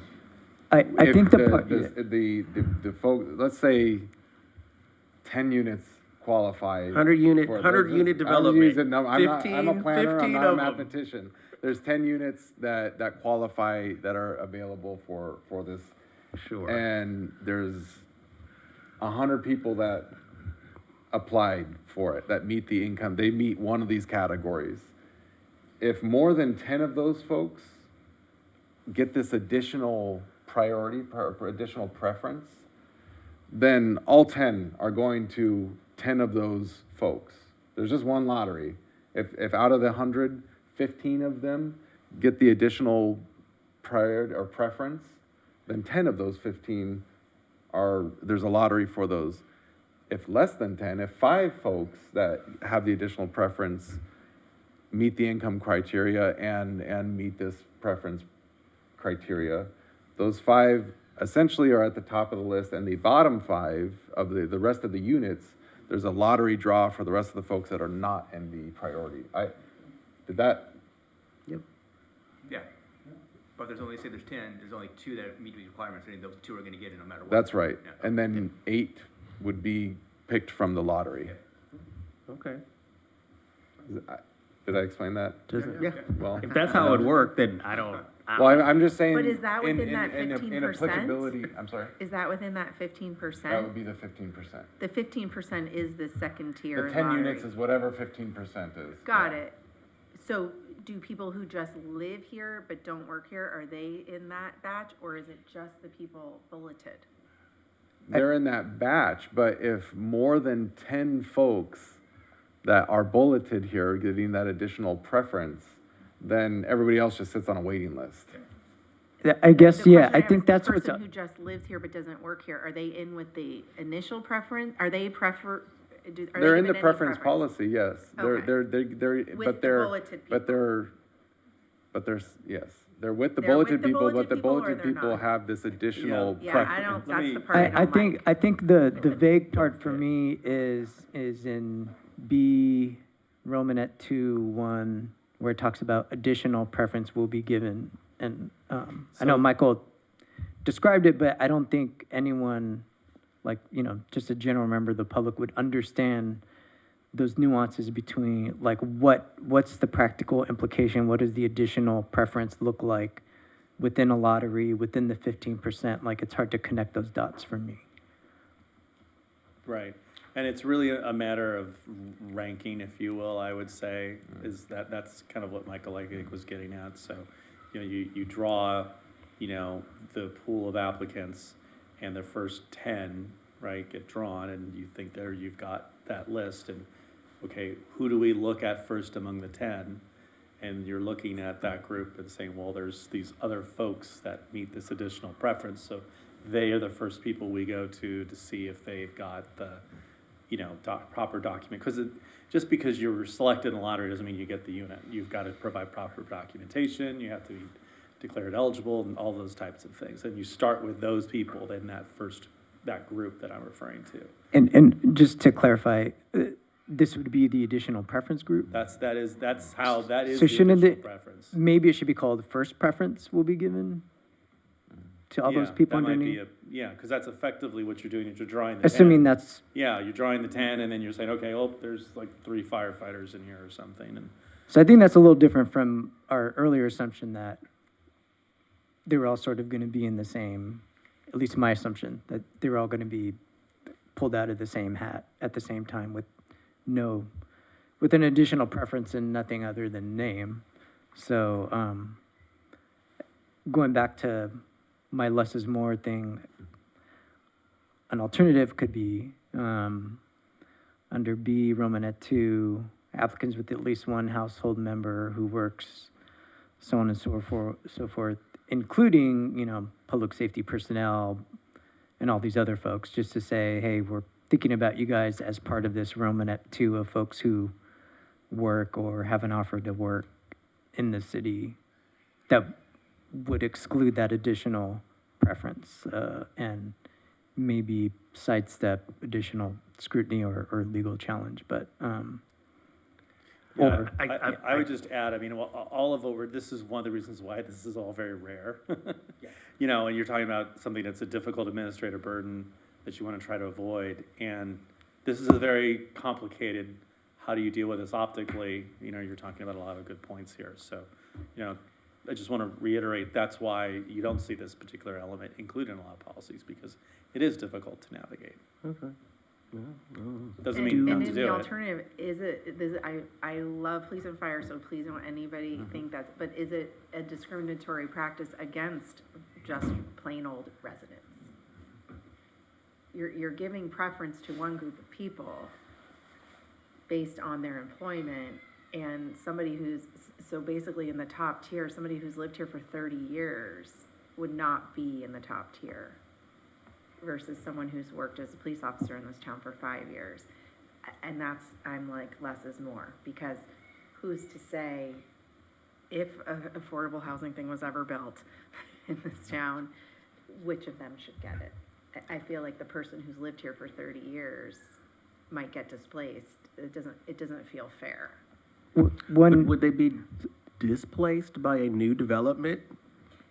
The potential is high. If somebody, I'm just showing that if a preference is given to a different group of people over long-term residents, that's why I like how Joaquin worded the live and work, because then you're getting people who live here and people who work here, and you're not specifying, you're not saying people who've lived here more than 5 years, you're not saying people who've owned property here, you know, it's live or work. if I may, Chair, just another example of that within that Romanet 2 about working, you can have someone who's worked at Mattel for 20 years who's not a school district employee, a public safety personnel person, or a city employee who has worked in the city for decades but would not be able to avail themselves of the preference, given these additional preferences. Correct. Are you asking if that's? Well, I'm just That's noting correct. it Yes, as, yes. as another example of the impacts of, you know, in contrast to someone who's lived so long that doesn't get, who's on a lower tier, so to speak, someone who has worked in the city, right, Chevron, exactly, yeah. Well, wasn't part of the genesis of this during like the housing element, wanting to get these types of folks, you know, housing, affordable housing, give them a chance to be here? Wasn't that part of the surveys? I don't know if it was part of the survey. It was part of the housing element adoption process in a discussion with HCD of different programs that would help further fair and affordable housing and. I think I recall there was some presentation where they actually showed the income levels for the county of lower income, lower, extremely low, and surprisingly gave examples of people that work, like public safety personnel, teachers, who fall within those, would qualify for those affordable housing categories, to note that, you know, gee, affordable housing isn't conceptually what a lot of people think. So I think that's where it may have come up, but I would also say that the different nuances would still be captured if the commission desires under the general approach, but definitely for the majority to decide.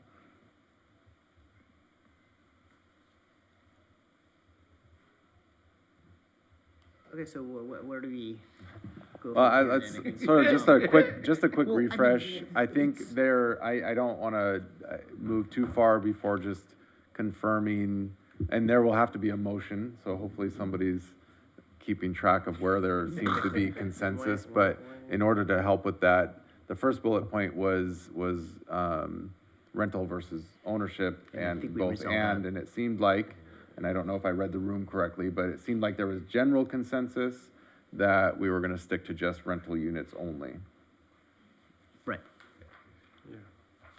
So- So do we need a motion on that? No, one I'm just specifically? sort of, I'm just reaffirming, and you don't have to because Low-hanging you'll fruit. have to, yeah, you don't have to vote to approve at the moment. I'm just putting it out there how I read the room, because then somebody's gonna have to make a motion. I think there are dissenting views, but I'm just providing where it seems like the direction of the conversation was going. The second conversation, we're sort of combining the two bullet points after that, the, public safety plus school employees. Well, actually, the last three are all kind of combined, because it's really some additional level of preference that we're considering. And it doesn't seem like there's consensus yet on whether we're having this essentially a two-tiered system versus just one bucket. Is it 2 buckets or is it 1 bucket? And I think that's sort of the decision point at this point. And I think to drill down on that, I think the question would be, if you're looking at the policy, do you want to keep or remove B Romanet 2-1 that includes those 3 categories of additional preference? That seems like the variable.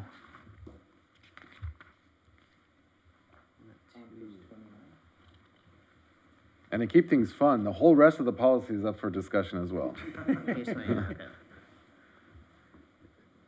So you're the top of page 29, 1A, right? Is that what you're talking about? Well, I think it's all of one, A, that B, includes and A, B, and C. Okay. Yeah, whether you guys want to. Yeah, I thought that we Keep were that gonna to merge, kind of merge A and C. Because I thought that all of A was already encapsulated in C. I think my point was all of 1, A, B, and C were captured within 2 when I thought there was no practical effect of the additional preference. But knowing that there is a separate priority, I think it does warrant consideration of whether you want these people to get an extra boost and preference in that 1A, B, and C collectively. So I think the question is, do you want to give all those folks, and I mean, you can repackage them within that additional preference group however you want, but do you want to give an additional preference to anyone, or do you want to just leave it to the bottom of the preceding page where it's just you live here or you work here, period?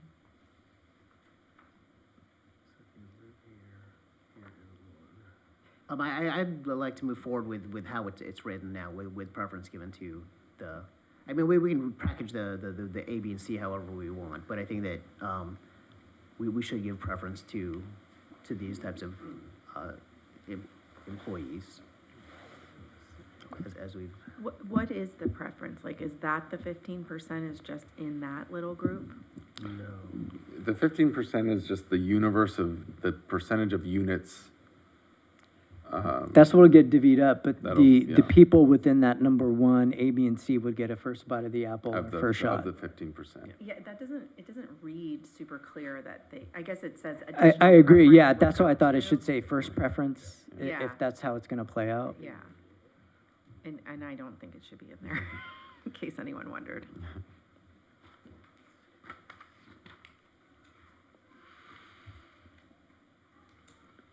Maybe that, yeah, I think if it does move forward, it should read first preference, because that's how it would be implemented. But so I guess, keeping that in mind, that would be the scenario where someone that works in Mattel, who would be eligible for the 15%, would have to wait to see an employee at the school district or a city firefighter get a first shot at it, which is what's in there now, just except not having the word first preference. Joaquin, so are we changing the word additional for the word first? I think we should, if you want to keep that chunk for that priority, then I think it should say first or priority preference, so it's clear that they're going to get a first bite of the apple before the people that are above them from the bottom of the next page, where it's someone who lives here or someone who works here, however, not in one of those preferred jobs. And the alternative would be just to get rid of 1, A, B, and C, so that those particular types of employees that happen to work in the city do not get that first preference. hope I'm getting all that right. Okay.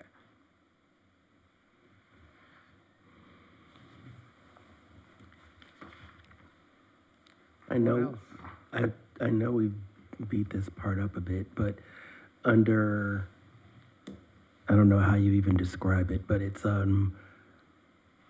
under page? number one, What page letter one? B, under the additional or first preference, where it says employees of a school district, that is already, do we need to specify the school district? Would there be a scenario where they worked for LA Unified as opposed to El Segundo, or do we need to specify the district? I think if you want to be specific about school districts in the city, that should If you're be gonna very keep it- clear. Yeah. Okay, Yeah. yeah, I wasn't envisioning. Similar with A, Right, it's very generic. if you want to do, city public safety personnel or city first responders, which would include law enforcement, firefighters, paramedics. So just to, and clarify, If we're in gonna this keep- tiered system, and so we're speaking as if the current assumption is that the tiered preference is what's to be implemented. You'd have to qualify under sub-point lowercase, Roman numeral 1 or Roman numeral 2. You either live here or you work here.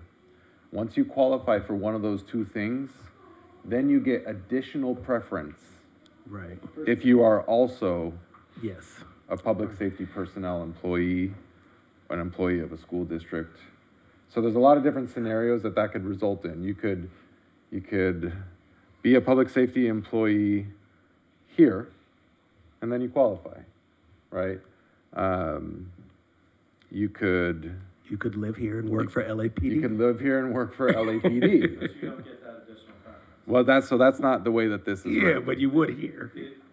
Well, I think it depends how Yeah. you. So I think that's why we need to, if that is a desired. I think one, just to Component. be clear, and it's not helpful, that's on the second page, but under 2, 1 is a subsection of item 1 that starts with now the words first. Oh, is this? That's a subsection Roman of 2, numeral so that is a 2. subsection of the work category, Got it. not a subsection of all categories. I see. So a person who work lives here, who works for LAPD, does not Okay. qualify, is not eligible under anything under. So you working in the only city. get additional preference if you live here and you are, no. No. No. saying Yeah, I'm and, saying- and you're preference A, if B, you or work C. here. If you work here, work here in a job, and- A, B, And C. yes. A, B, and C. Yeah. That's, Got it. sorry, and it's not unfortunate, it's on the second page, it's hard to track. but- Right. So long-term residents who already live here are in. Romanet 1. Are Romanet. Is that what that's called? Yeah, Romanet I've learned 1. something, put that in the record. I've learned something. So Romanet 1. So if you, a long-term resident, you would be given preference under Romanet 1. Then under 2, there is another tier. So if you're number 2, it's if you work here. And then additional preference under 2 Yeah. is so- where the police would be. That wording's gonna be changed to It first should be preference. first preference. But first preference under 2? But As 2 opposed to- somehow is, Yeah, Is so, better 2 than over 1? 1? But yeah, 2's not that's the over way 1, is it? that's the way I understand is 2 is somehow over 1. I don't read it that way. Should we read it that way? I think perhaps we make is there a third Romanet? Oh, who participated? Okay, well, there's Romanet 3 below. Well, I guess, seems like everyone's okay with 1. Romanet 1. Yes. Is everyone okay with Romanet 3, the education or job training program? I did want to talk about, just didn't even because get it. I can't get my arms around what that is. Okay. Like, well, what Okay. exactly, we don't have like, like a community college here where they do, or a trade school here that it would apply. I think that this kind of is unnecessary. Okay, so we'll tentatively chuck 3. So one thought is to make the additional first preference thing a new Romanet 3 that says first preference or priority preference over Romanets for applicants and subject to Romanets 1 and 2 will be given to applicant households with employment in the city, with at least one household member who is employed in the city of El Segundo as one of the following. And then you get all those A, B, and C. I think that would be the way to structure it, to be clear that they get first preference, the work has to be in the city, but it has to be one of those jobs. So then you see that Romanet 3, the new Romanet 3, call it, would trump Romanets 1 and 2 through that first preference. So the question is, do you all want to allow that, or do you just want to have Romanets 1 and 2, which seem to be the general standard that has sort of administrative ease, but it's definitely your preference to program it however you want. But I think if you want it, I would structure it that So way. you're the city attorney, so I'll just throw this out there for your consideration. Should that be, instead of a Romanet, should that be an A, B, or C? Or Romanet. No, I think that should be a Romanet 3, or it could be a C. I mean, staff can do it Just accordingly. because but- it's first preference, the B is, just giving preference. You may I want to think consider it being yeah. a standalone, I- A, B, or C. I think it'd be good as a third Romanet, because it's all shaping who's getting preference. But I think conceptually, the key is, do you want to have a priority preference for these particular jobs? So maybe to thread the needle that I feel, there might be resistance to is I do not mind the idea of there being within Romanet 2, the group of people who work here, that there be additional preference if you work here within those specific kinds of jobs, but not for it to trump Romanet 1 for long-term residents. I think, now that's what I would prefer. Like what I want is for. I guess you can't have both. You can't can't give have them both? priority preference and then say they're going to have equal footing with long-term residents or folks who have worked not in those jobs, but within the city for however long. You kind of have to. Because I want to leave the That's long-term. been my problem with it. I want to leave the long-term residents alone, but of the people who work in the city, I want police, fire, teachers to get preference. And we're saying we can't do that? We're saying you can, but that's the question. Does the Okay. majority want to give a first Okay. preference to the folks in A, For B, people and C? who work here, I would like to have preference for A, B, or C. But I don't want that to trump long-term resident. I want them to be equal amongst the people who would get a preference. So I see. if you're taking the population of the 180,000 people who work somewhere in the city, I want that herd thinned down to police, fire, and teachers. Well, person that works at Mattel, they'd be on the lower tier, where they. They might be they'd be on a lower tier, but they wouldn't trump long-term residents. Like, I wouldn't want the situation you're talking about either. I would, so I'm trying to figure out, like, well, how do you thread that needle? Because one and two seem like preference. Those are the preferences that I would like. You live here, you work here. But of the people who work here, I want teachers, police, fire as the preference. And if you work, and so yes, there are going to be people who are not going to be in the preference. But what I don't want is for those people who we are to trump long-term residents. That's the structure that I'm thinking about.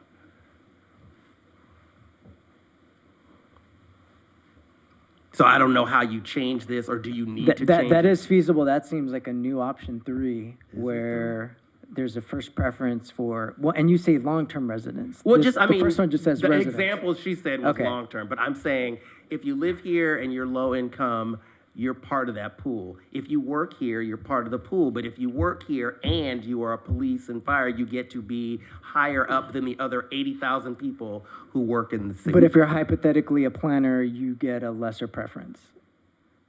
Are you trying to move in? Is that what you're I saying? don't even know where he's a contractor, so I don't even know where you would fit in.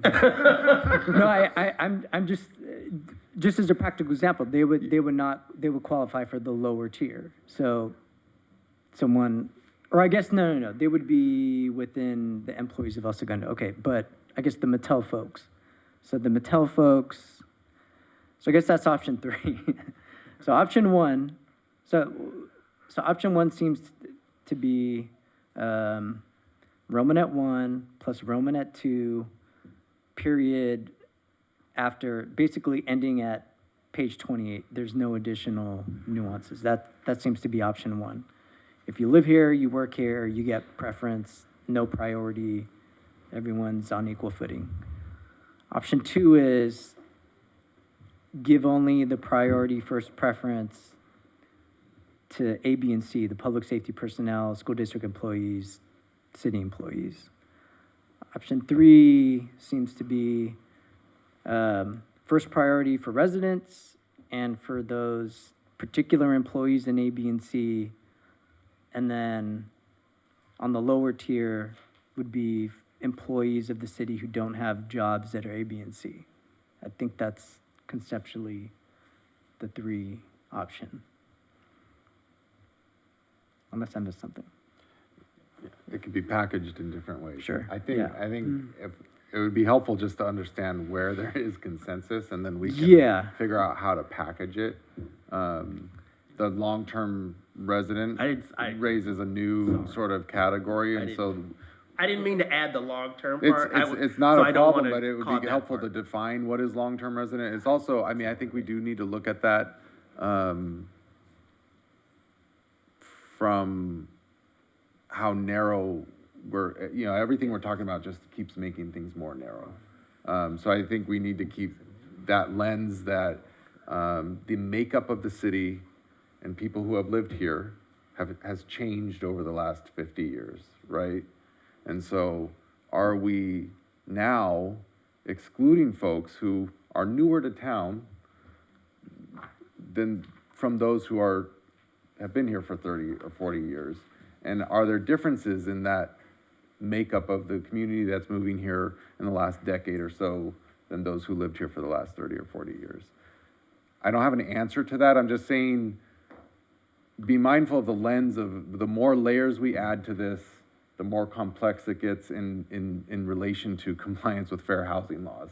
And so we also have to go back, if we reach consensus on something, we'll also have to go back and have a conversation about how do we structure this when we go to council, that we're confident that we're bringing something that is defensible. So I would just keep that in mind. And I would note, just on the legal side, option one, stopping at the end of page 28, just keeping Romanet 1 and 2, ending at page 28 would be this less is more approach would be preferred. So what are you saying, take out the A, B, and C? Under option one, that would be taking out A, B, and C.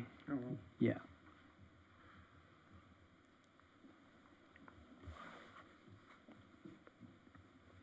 That's what I would prefer. Because Well, I do like that Mark, like, heard what I was saying and was saying, okay, we could do it with residents and these particular workers, but I think it's such a small amount of people who might even qualify for this in general, that if you just live and work, I think is the most simplistic way to go about it. Well, I think that, understand. the long-term resident thing, right? I was trying to play it out in my head. I don't think anyone's gonna qualify, have the income requirement there, or try to move out to a new, if they've been here for 30 years, they're not gonna move to a brand-new development where, the affordable housing, remember, they're gonna be like one-bedroom studio type of things, then there's not gonna be very many people that are gonna try to make that move, right? So I don't think that, if we wanna throw them in, go ahead. I think that population of people is gonna be 0 or 1 for the next decade or so. I don't know. I think that the people, and then I have kids at Center Street School, all the young teachers, they always talk about trying to get into the community and see the police officers all the time. They want to be here, they want to live here. I think these are the types of people that would take up these kind of affordable housing, these studios or one bedrooms. So I think that I do feel strongly that we have to have these people have a preference. And that's what we've been talking about this whole time. This is how this came up. But, that's just my opinion. I think that they are important pillars of the community. But if you guys want to throw in the long-term residences, I think that's not going to make a difference in who applies or not. I just said long-term as an example. Yeah, I don't I don't think the that's long-term a rabbit hole is a I don't want to go component. down. Yeah. I like the language live and work. And now I feel like it's like, I'm like this anti-teacher, fire not. everybody living here, and of course I'm I'm not. anti-tree now, Of course so I don't- want don't worry about it. all of those people to live here and be able to afford it. It probably is the lawyer in me, and I just don't like being more specific. I like vaguer language. And I do think there are some people that we might not even know about, as far as if rents are going up, maybe somebody who has lived here a long time won't be able to afford to stay here, and something like that would pop up. And those are the kind of people I'm thinking about that, we might not I also assume they're, see. LA County rent-controlled units, right? So, anyway, that was my point. I mean, and I don't love also that no other city uses this tight language. So there is, in my opinion, to recommend that to city council. I think there's a huge chance it could be challenged by somebody who's not included in there, whether it be a Chevron worker, Mattel worker, or whether it be someone who's lived here and raised a family here and doesn't fall into the preference. Yeah. That's my thoughts.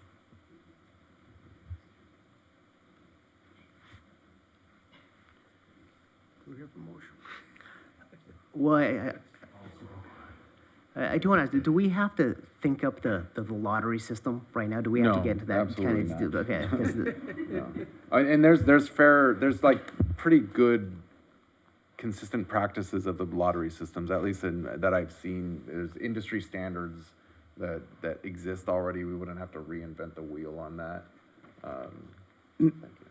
Maybe as a first step forward, it'd be useful to see what the consensus, if any, there is on, or where the group is on having a specific priority beyond general live work. And then I think once we get a feel for that, then we could see if there is a desire for a priority preference beyond just living or working generally, what does that look like? That'd be my suggestion. I think, and because I think I missed it when Joaquin mentioned it, but maybe just to offer what I think might appease what we're all trying to accomplish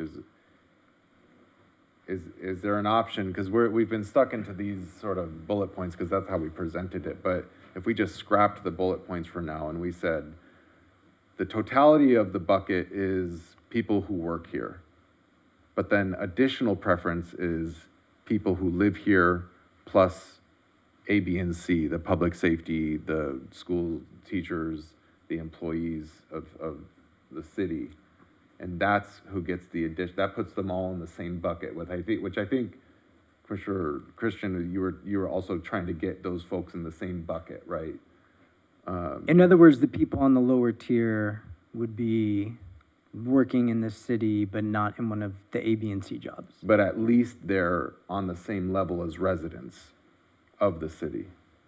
They're getting the same amount of preference as folks who. I think he's talking about the No, the I general level, yeah. think Commissioner Christian was saying residents and the A, B, and C folks get priority, and then anyone who works who doesn't have an A, B, and C job that's not a resident would be on the lesser tier. Yeah.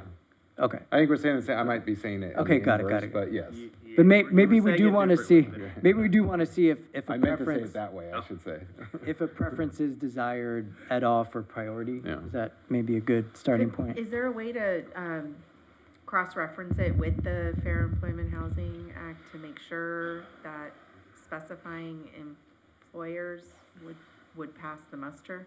I think we can take a closer look at that, and maybe if, it still I has to think- go to city council. yeah, I so it's think something before that going we to can council- Look at before we go to council, but, the point of tonight is to really get what is the desire of the commission and the recommendation, and that is if that's part of the recommendation, we could report back to council and say, commission wanted X, we looked further into it, it gets dicey, we think this is a better solution that still accomplishes the goal, or, we just need to scrap it and have one bucket and there's no preference, I think that's what our next steps would be, but it would be more important just to get the consensus of commission and what the recommendation to council would be. But I do think, from what I recall from the case law, that more sort of broader categories, more regional, larger preference as opposed to granular tend to withstand legal challenge. Yeah, generally.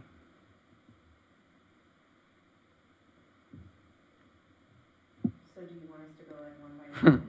Yeah, I think it'd be good maybe to go around and say, like, first, do you want to have a priority preference, or are you comfortable with only live work generally?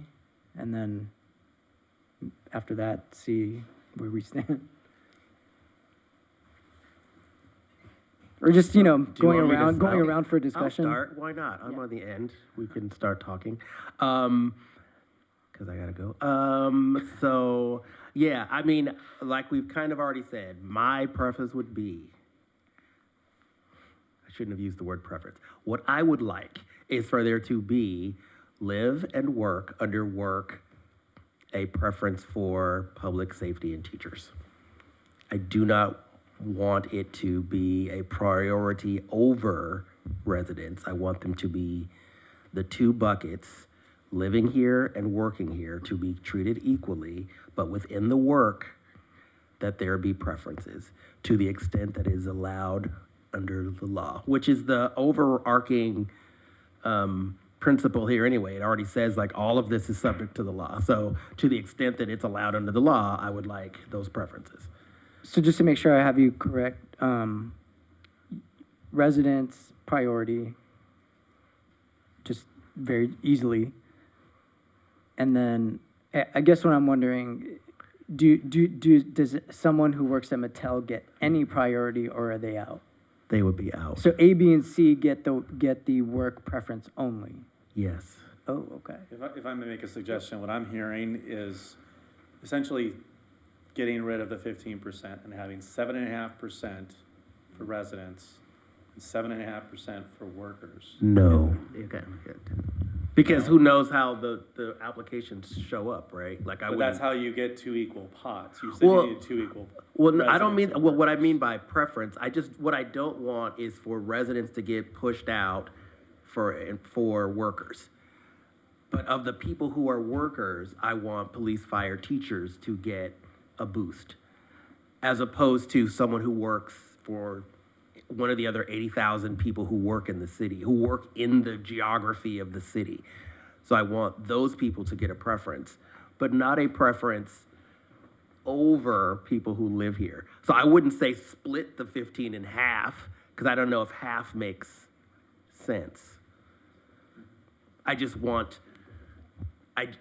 don't want people who work in the city somewhere to get a preference over someone who already lives here. And I want the people who we're trying to encourage, which are the people who invest in our community in special ways, like teachers and fire and public safety, over that other group. So I want residents and employees who fit A, B, and C to be here. In the same bucket. Yes. You want them in the same bucket. And then the Yes. second tier would be of the other workers people who of the work city. here but are not A, B, and C. Okay. Does So that, but not splitting it in half, but, Yeah. okay. Yeah.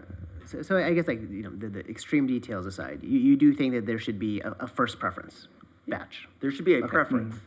The first Yeah, part the throws first me off preference is because the- I don't yeah, want it to okay. trump And other stuff. but- just to So I give you think that's the guys, gist of it, right? If we Yes, should have a that's first what I want. preference or just live work.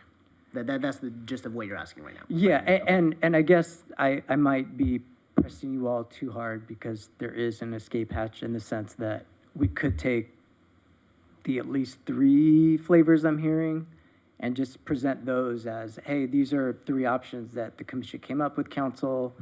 Here's what they were considering, and then, you know, we could leave the dirty details on their lap and just present, you know, we had option 1, option 2, option 3, and unless you guys want to get down and choose one, but there is a safety net there. Right, you've heard mine, so we can hear everybody else's. You wanna I'm go in next? consensus with Mark. I like the preference, but having the live and the employees of the city on the same level, and then people like at Mattel or wherever the case may be at that lower tier. Yes. Yeah, I think I'm the only one who doesn't want I just want live work. And I agree with Mark and Steve also. So maybe you do present the two options then. I mean, I don't generally like punting to city council because I feel like half of our job is to, Yeah, well, I mean, Give them one I think what thing I'm and not hearing, it multiples. seems like we have already consensus for that, but we would in any event say, you know, these are other options they considered because inevitably, knowing the council, they're gonna get down in the weeds like you all. so when you present it, they would hear her, they would know about her Yes, I think ideas. we'll, Okay. yeah, and we'll hear what the chair has to say, but we at least have three going in the direction Okay, of. Yeah, no, I agree with Mark's Okay. proposal. I do think that we should have a, I guess, a first preference. Okay. To use the legal term. Great. We need a motion. So Are we there do have any to other just- I mean, components of the policy? I think those are our main decision points, right? Were there other? What's that? Yeah, the A, B sub-preferences, but the initial lease-up or lifespan of the unit, did we get determination on that? The way it's written is lifespan of the rental unit, because we did away with ownership. Still, requires structuring a department, a function, a consultant team, to manage that. Again, as it was originally drafted for the study session, staff and team suggested just the initial lease up.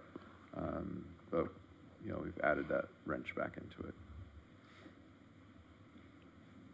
Why did you add that wrench back in? Just for consideration, they didn't, I think the commission during the study session felt there was a level of importance for the lifetime management of it, but there was concern amongst the commission of the commitment that was, that we were making for future staff and policymakers for administration of the program. But, at the time, it seemed like we were comfortable punting that ask at a later date. I still like the lifetime, and we just have to figure out how it would be administered. I think it should be pushed on the owner or property management company to do the bulk of the work to limit city resources. But lifetime? Yeah, As a- yeah, definitely lifetime. Yeah. I don't have a problem with that. Okay. I agree too. Okay, I think those are our primary decision points on this policy. Technically, there's got to be a motion. Yeah, just- It is a recommendation from the planning commission to city council. It's a resolution, so we do need a formal motion and vote. I think between our notes, we probably have captured the multiple options. So if you don't have to reiterate that piece, other than So maybe just referencing the multiple options. So I present a motion to adopt Resolution 2964, recommending City Council adopt leave work preference and policy with the changes that we discussed for the new assisted affordable housing projects in the city of El Segundo. Do we have a second? I second that. And I'll take votes. Commissioner Christian, Aye. Commissioner Taylor, Aye. Commissioner McCaverty. So I'm saying aye, right? Because you have the notes, so, Yeah. okay, aye. Vice Chair Inga Aye. and Chair Magai. Aye. Motion passes 5-0. Thank you. Well, that took longer than I anticipated. So we are moving to. Thank you all for your hard work on that. Yes, Thank you. thank you, Jillian, Jim, and Agnes. Thank you for that. Just being mindful of time, Chair and Commission, I wanted to offer to continue my presentation to another meeting, or if you wanted to run through it now. Do you have to leave? Is that what you said? It's too late. So it's fine. It's fine. Let's do what we gotta do. I mean, Okay. how long is your presentation? It's pretty brief. I didn't time myself, but it's pretty short and sweet. Yeah, everyone's okay. Okay, great. Good. Thanks. All right. So just a brief overview. This is I will defer very much to the AB 1234 training that I think if you haven't already, you'll get a notice from, you'll get a notice from the city clerk's office about doing that. You have the ability to do it online through the FPPC. These are just things that I think are more relevant to you all and this commission, just to keep in mind. So there are these are elements of the full-blown training that's 2 hours, but I just wanted to hit some high points. So very brief roadmap: general ethical principles, Brown Act, and which I'm sure Commissioner McCaverty is familiar with, and personal financial gain by public servants. For general ethical principles, community definitely needs to come first. Decisions should be impartial, free of narrow political interest, and your financial and other personal interests that might impair your judgment. These are very intuitive things. Comply with the spirit and letter of the law. Don't use city resources or your position for personal gain. In the interest of fairness, focus on merits. Promote public involvement, which staff definitely helps with. Provide as much process and as possible, even more than required. Consider all sides. Apply policies consistently. Sunshine laws. This is Ralph M. Brown, former state assemblyman, former Speaker of the Assembly, for whom the Brown Act is named after. You'll see the legislative declaration there. And the idea is for public inclusion, transparency in law, conducting open meetings. That's the government code citation for the Brown Act. But the general idea is that all meetings of a legislative body, which will define of a local agency, shall be open and public, and all persons shall be permitted to attend any meeting of the legislative body. So what is the legislative body? Think of the city council. We've been talking about school districts, school boards. Those are all established by statute. Those are local agencies. Tearing off from those are other bodies like you all, the Planning Commission, other CCBs like the ACC. I think El Segundo, of any city I've worked for, has the most committees and subcommittees of any other. But it speaks to the local involvement and small town character. It also applies to standing committees that have continuing jurisdiction. Think of there's like the Finance Committee that the council has, or if there's a meeting schedule fixed by charter, ordinance, resolution. The thing there, because you don't really establish standing committees, but just for your edification, sometimes, because it does apply to bodies, ad hoc committees of less than a quorum of the council, and sometimes if those continue to have jurisdiction, even though maybe initially they have one discrete task, to the extent that they continue jurisdiction, those can require compliance with the Brown Act, which we'll get into what that compliance means. As far as what's a meeting is whenever a majority of the body or you all congregate to hear, discuss, deliberate, or take action on any item within your jurisdiction. I think the biggest point here is that sometimes people will think it's all about taking action. It's like, well, we just talked about it. We didn't make a decision. It's like, well, just talking about it needs to be done at a publicly noticed meeting with a chance for public comment. A few different flavors of types of meetings: regular meetings, special meetings, emergency meetings, adjourned meetings. For the different types of meetings, we mostly have regular meetings. Special meetings can be called by the chair or a majority of the body to focus on discrete items that may come up. Sometimes regular meetings get rescheduled or canceled, so a special meeting gets calendared. Emergency meetings are more within the council's purview, but those come in instances of natural disasters,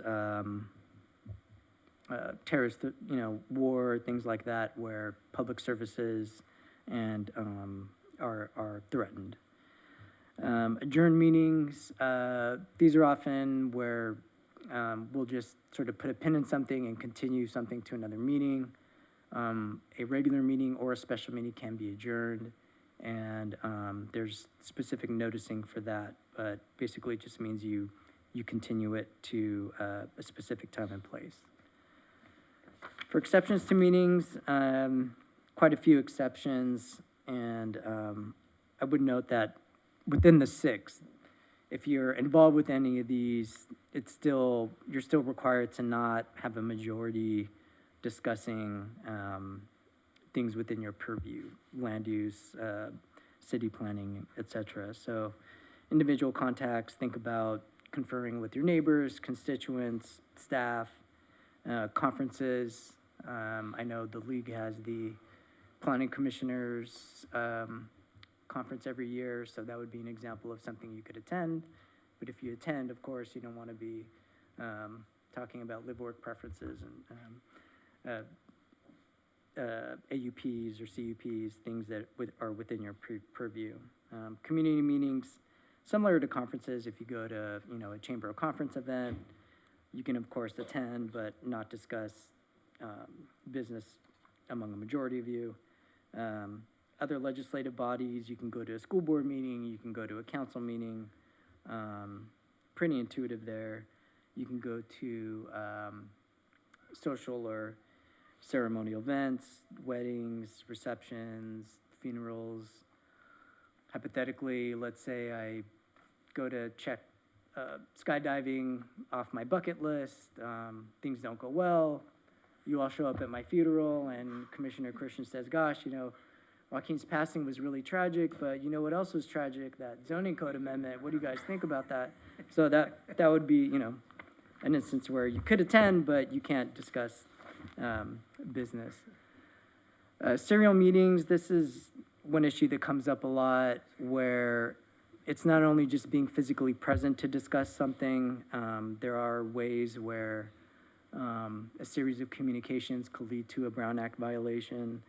There's the daisy chain example where one commissioner, Commissioner A contacts Commissioner B, B contacts C, and then they discuss affairs until, even discussing is the problem, and then they could potentially come to a consensus through that daisy chain.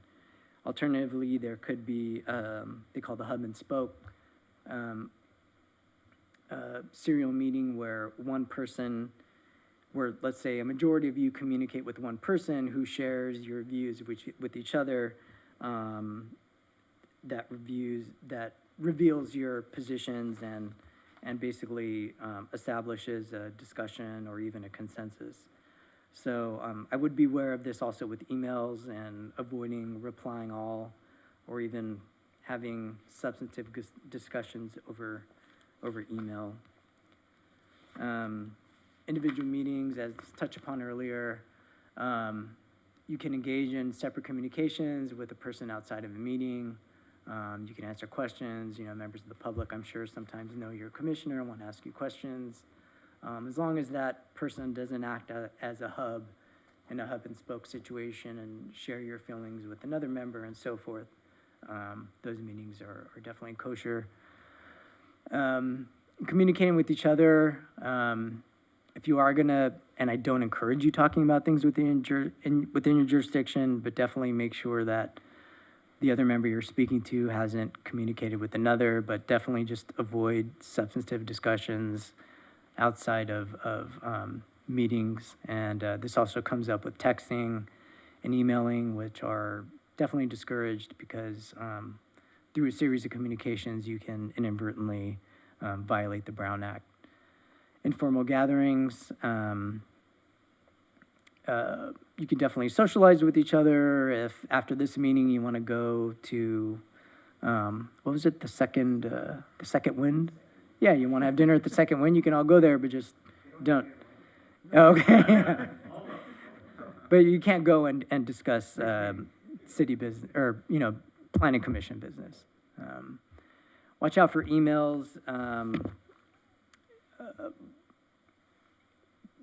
You can't discuss business, whether if it's email or social media apps. Oh wait, did I skip? Oh yeah, watch out for email. Okay, so beware of the reply all. So I think staff typically BCCs you all, so you don't inadvertently reply all. And just know that any communication you put in writing via text, email, and so forth, that is subject to the Public Records Act. And I think it was 2017, there was a California Supreme Court case that I won't get into the Public Records Act, but which is a part of the AB 1234 ethics training.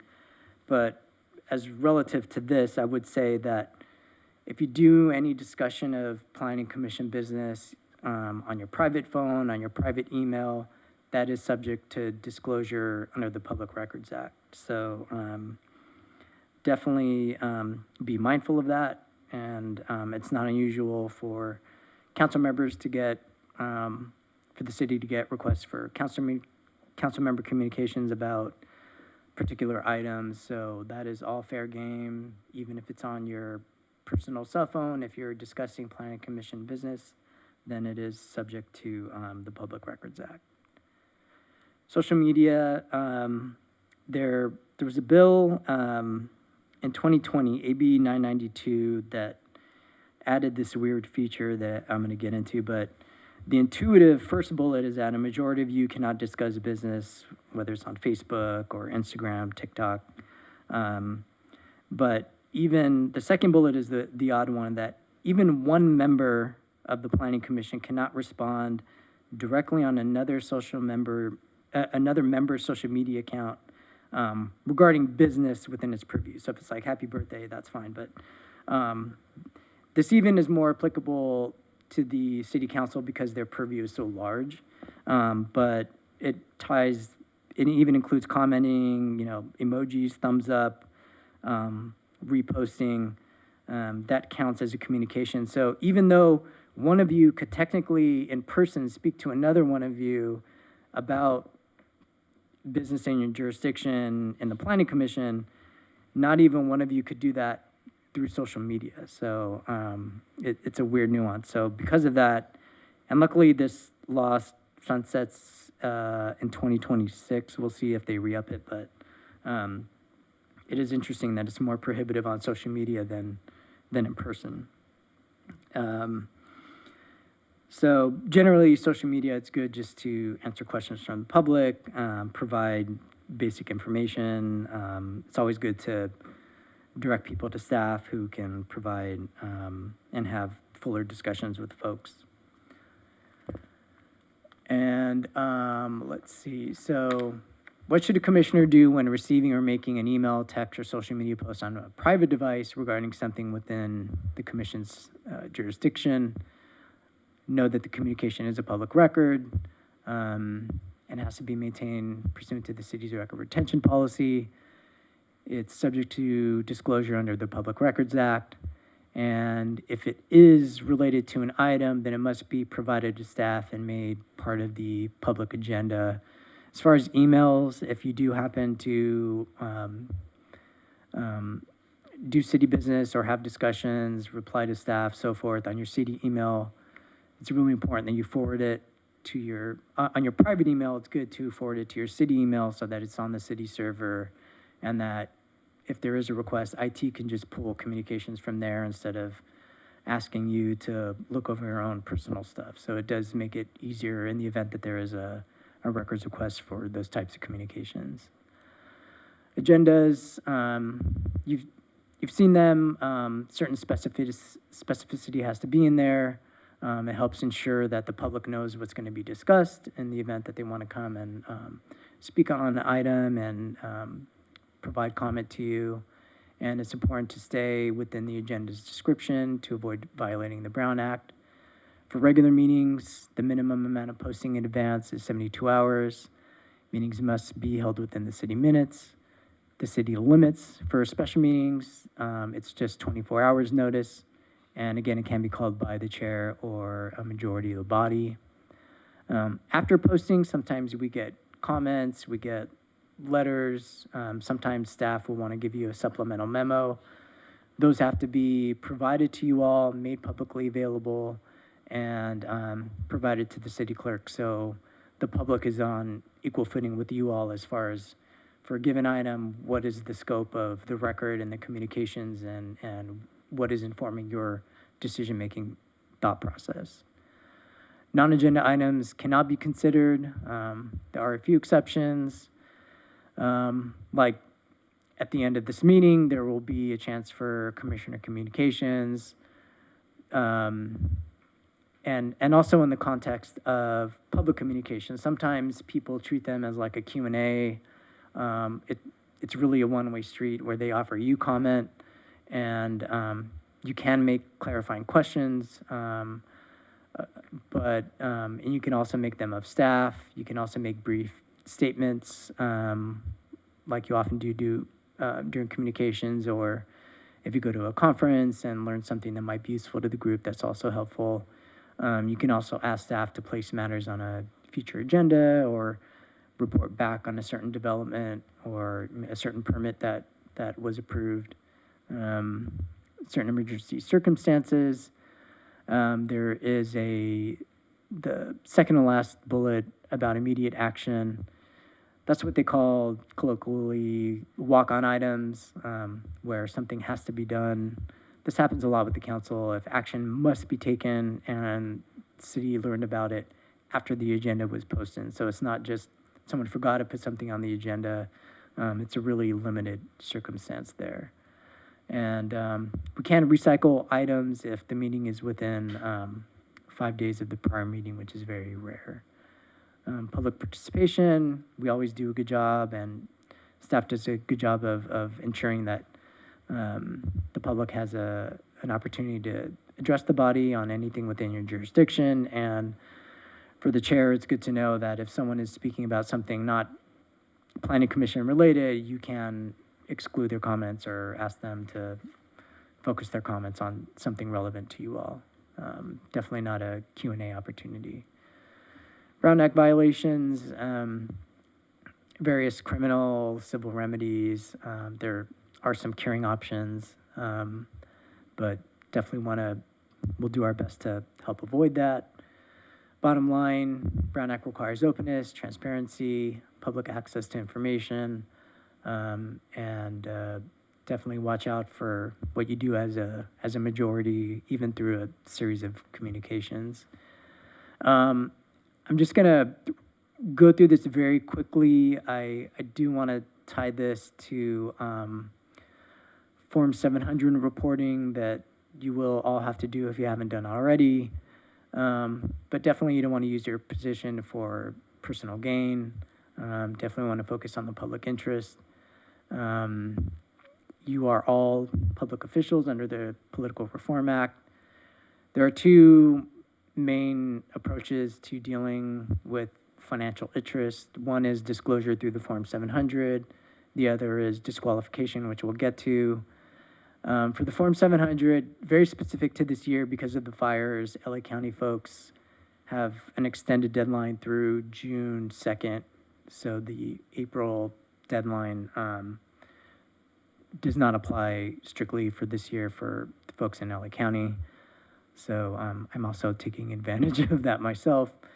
When you go through the forms, they provide pretty robust guidance on what's required. These are the different schedules within the Form 700 that touch upon the different types of interests that you may have.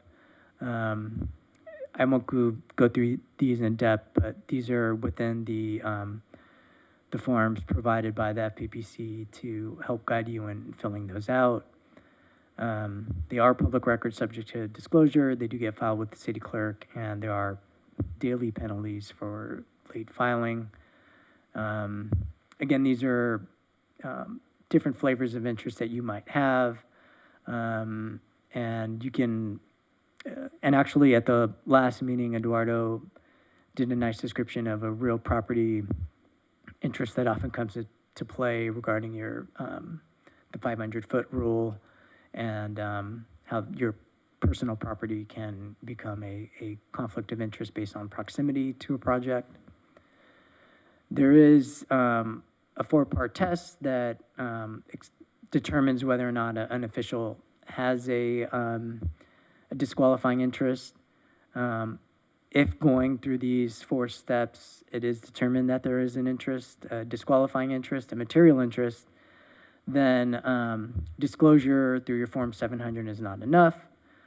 And we're looking at disqualification now.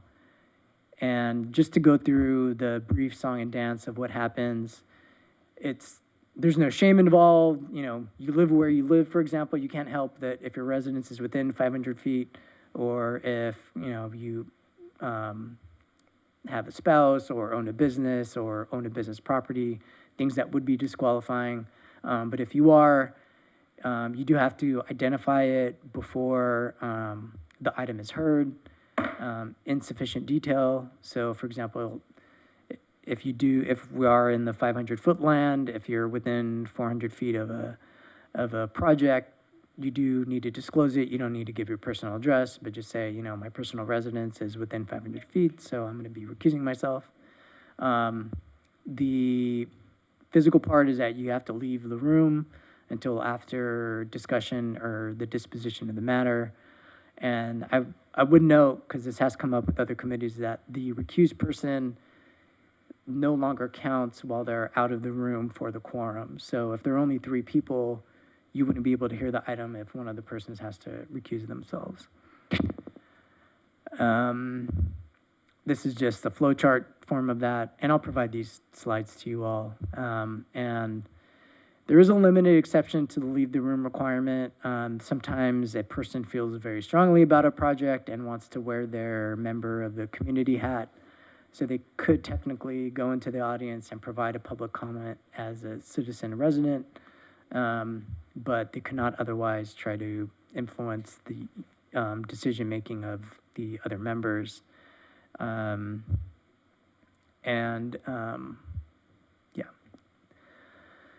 Legally required exception, this has come up for council before, and there is a potential, hypothetically, let's say a majority of you are within 500 feet or for some reason have a business interest in something that, in a business or a company, an applicant that is coming forward.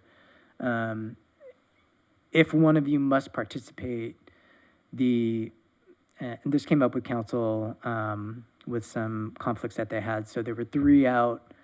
You need to have at least, that left 2 that were not conflicted. So you need one of the 3 conflicted to participate.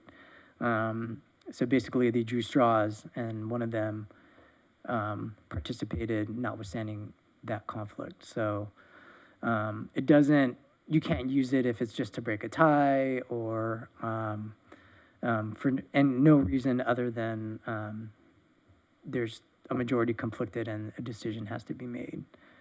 So, and you can't, and so you technically certain decisions can be broken up to break up a decision in components to help deal with the conflict, but there are so few instances where a majority of you are conflicted such that we can sort of cross this type of bridge if it should ever come up. There are penalties if you fail to recuse yourself and properly do so. The decision could be invalidated, misdemeanor, criminal prosecution, fines, illegal fees, and worse than all, embarrassment. So that's it. Available to answer any questions, but just very high level stuff. Just a couple of questions. Yeah, sure. About meetings. So do we not have the timer for public comment? I don't know. Do we run the timer? Yeah, we do have it. Okay. But we just haven't really made it, you know, a real big issue about it because we've had a limited number of speakers. Okay. And I would say, So like you said, you know, I could cut people off if they're, you know, going off topic, but if they're running long. yeah, and even I think a lot of times how that comes into play is if we know there's a controversial housing project, say, or a controversial development with impacts where we know we're getting a lot of emails and things like that. We'll sort of plan ahead, and you do have discretion, and you'll see the city council do this sometimes based on the number of the speakers. They'll take the default 5 minutes and say, okay, well, we're gonna have 30 speakers, let's make that 2 minutes or 3 minutes. I've seen as low as 1 minute, but definitely you have to balance giving people enough opportunity for everyone to speak with having an efficient meeting and conducting city business. So I think if we're ever in one of those scenarios where we got a ton of speakers, we'll definitely work with you to make sure that we have mechanisms in place to deal with that. Okay, thank you. Yeah, there's ways to keep it moving too. I mean, you know, yeah, it should, like Joaquin said, it's to your discretion, but, you know, if you can also make the announcement to the public that says, hey, if someone has already said what you're gonna say, just get up and say, hey, I agree with the previous speaker, and, you know, that way it's still known that they've, you know, expressed themselves and made their concerns known. That's a great point. And sometimes also you'll have like organized groups or actual, you know, say like a union or something, and you can request that, hey, if you guys are all thinking the same thing, you can elect 1 or 2 people to speak on your behalf, and we'll understand that that counts for the entire group. Okay. Anything else? Great. All right. Thank you, Joaquin. So that moves us to unfinished business, which we have none. Reports from the Community Development Director? Nothing from myself tonight. No, but just a couple things. I just want to let you know that we did take care of the little glitch we had with our emails that were going out to the planning commissioners. So that should be taken care of. And just to remind everyone, we do mail out, or we do email you all the direct link to the piece, you know, to the agenda packet. So definitely check your CCB emails. And then I know when Jasmine sends that out, she always asks if there's what your attendance is going to be, whether you're going to be attending. So just make sure you respond to us. That way we can also plan accordingly. So if we don't have a quorum, then we'll need to get an adjournment notice out as soon as possible. So as soon as you can let us know, that'd be much appreciated. Okay. Thank you. Then any reports from the commissioners? I just want to wish a happy belated birthday to Mario, because 2 weeks ago, we all sat here on his actual birthday and had no idea it was his birthday. So happy belated birthday. I will not reveal what it was. Happy birthday.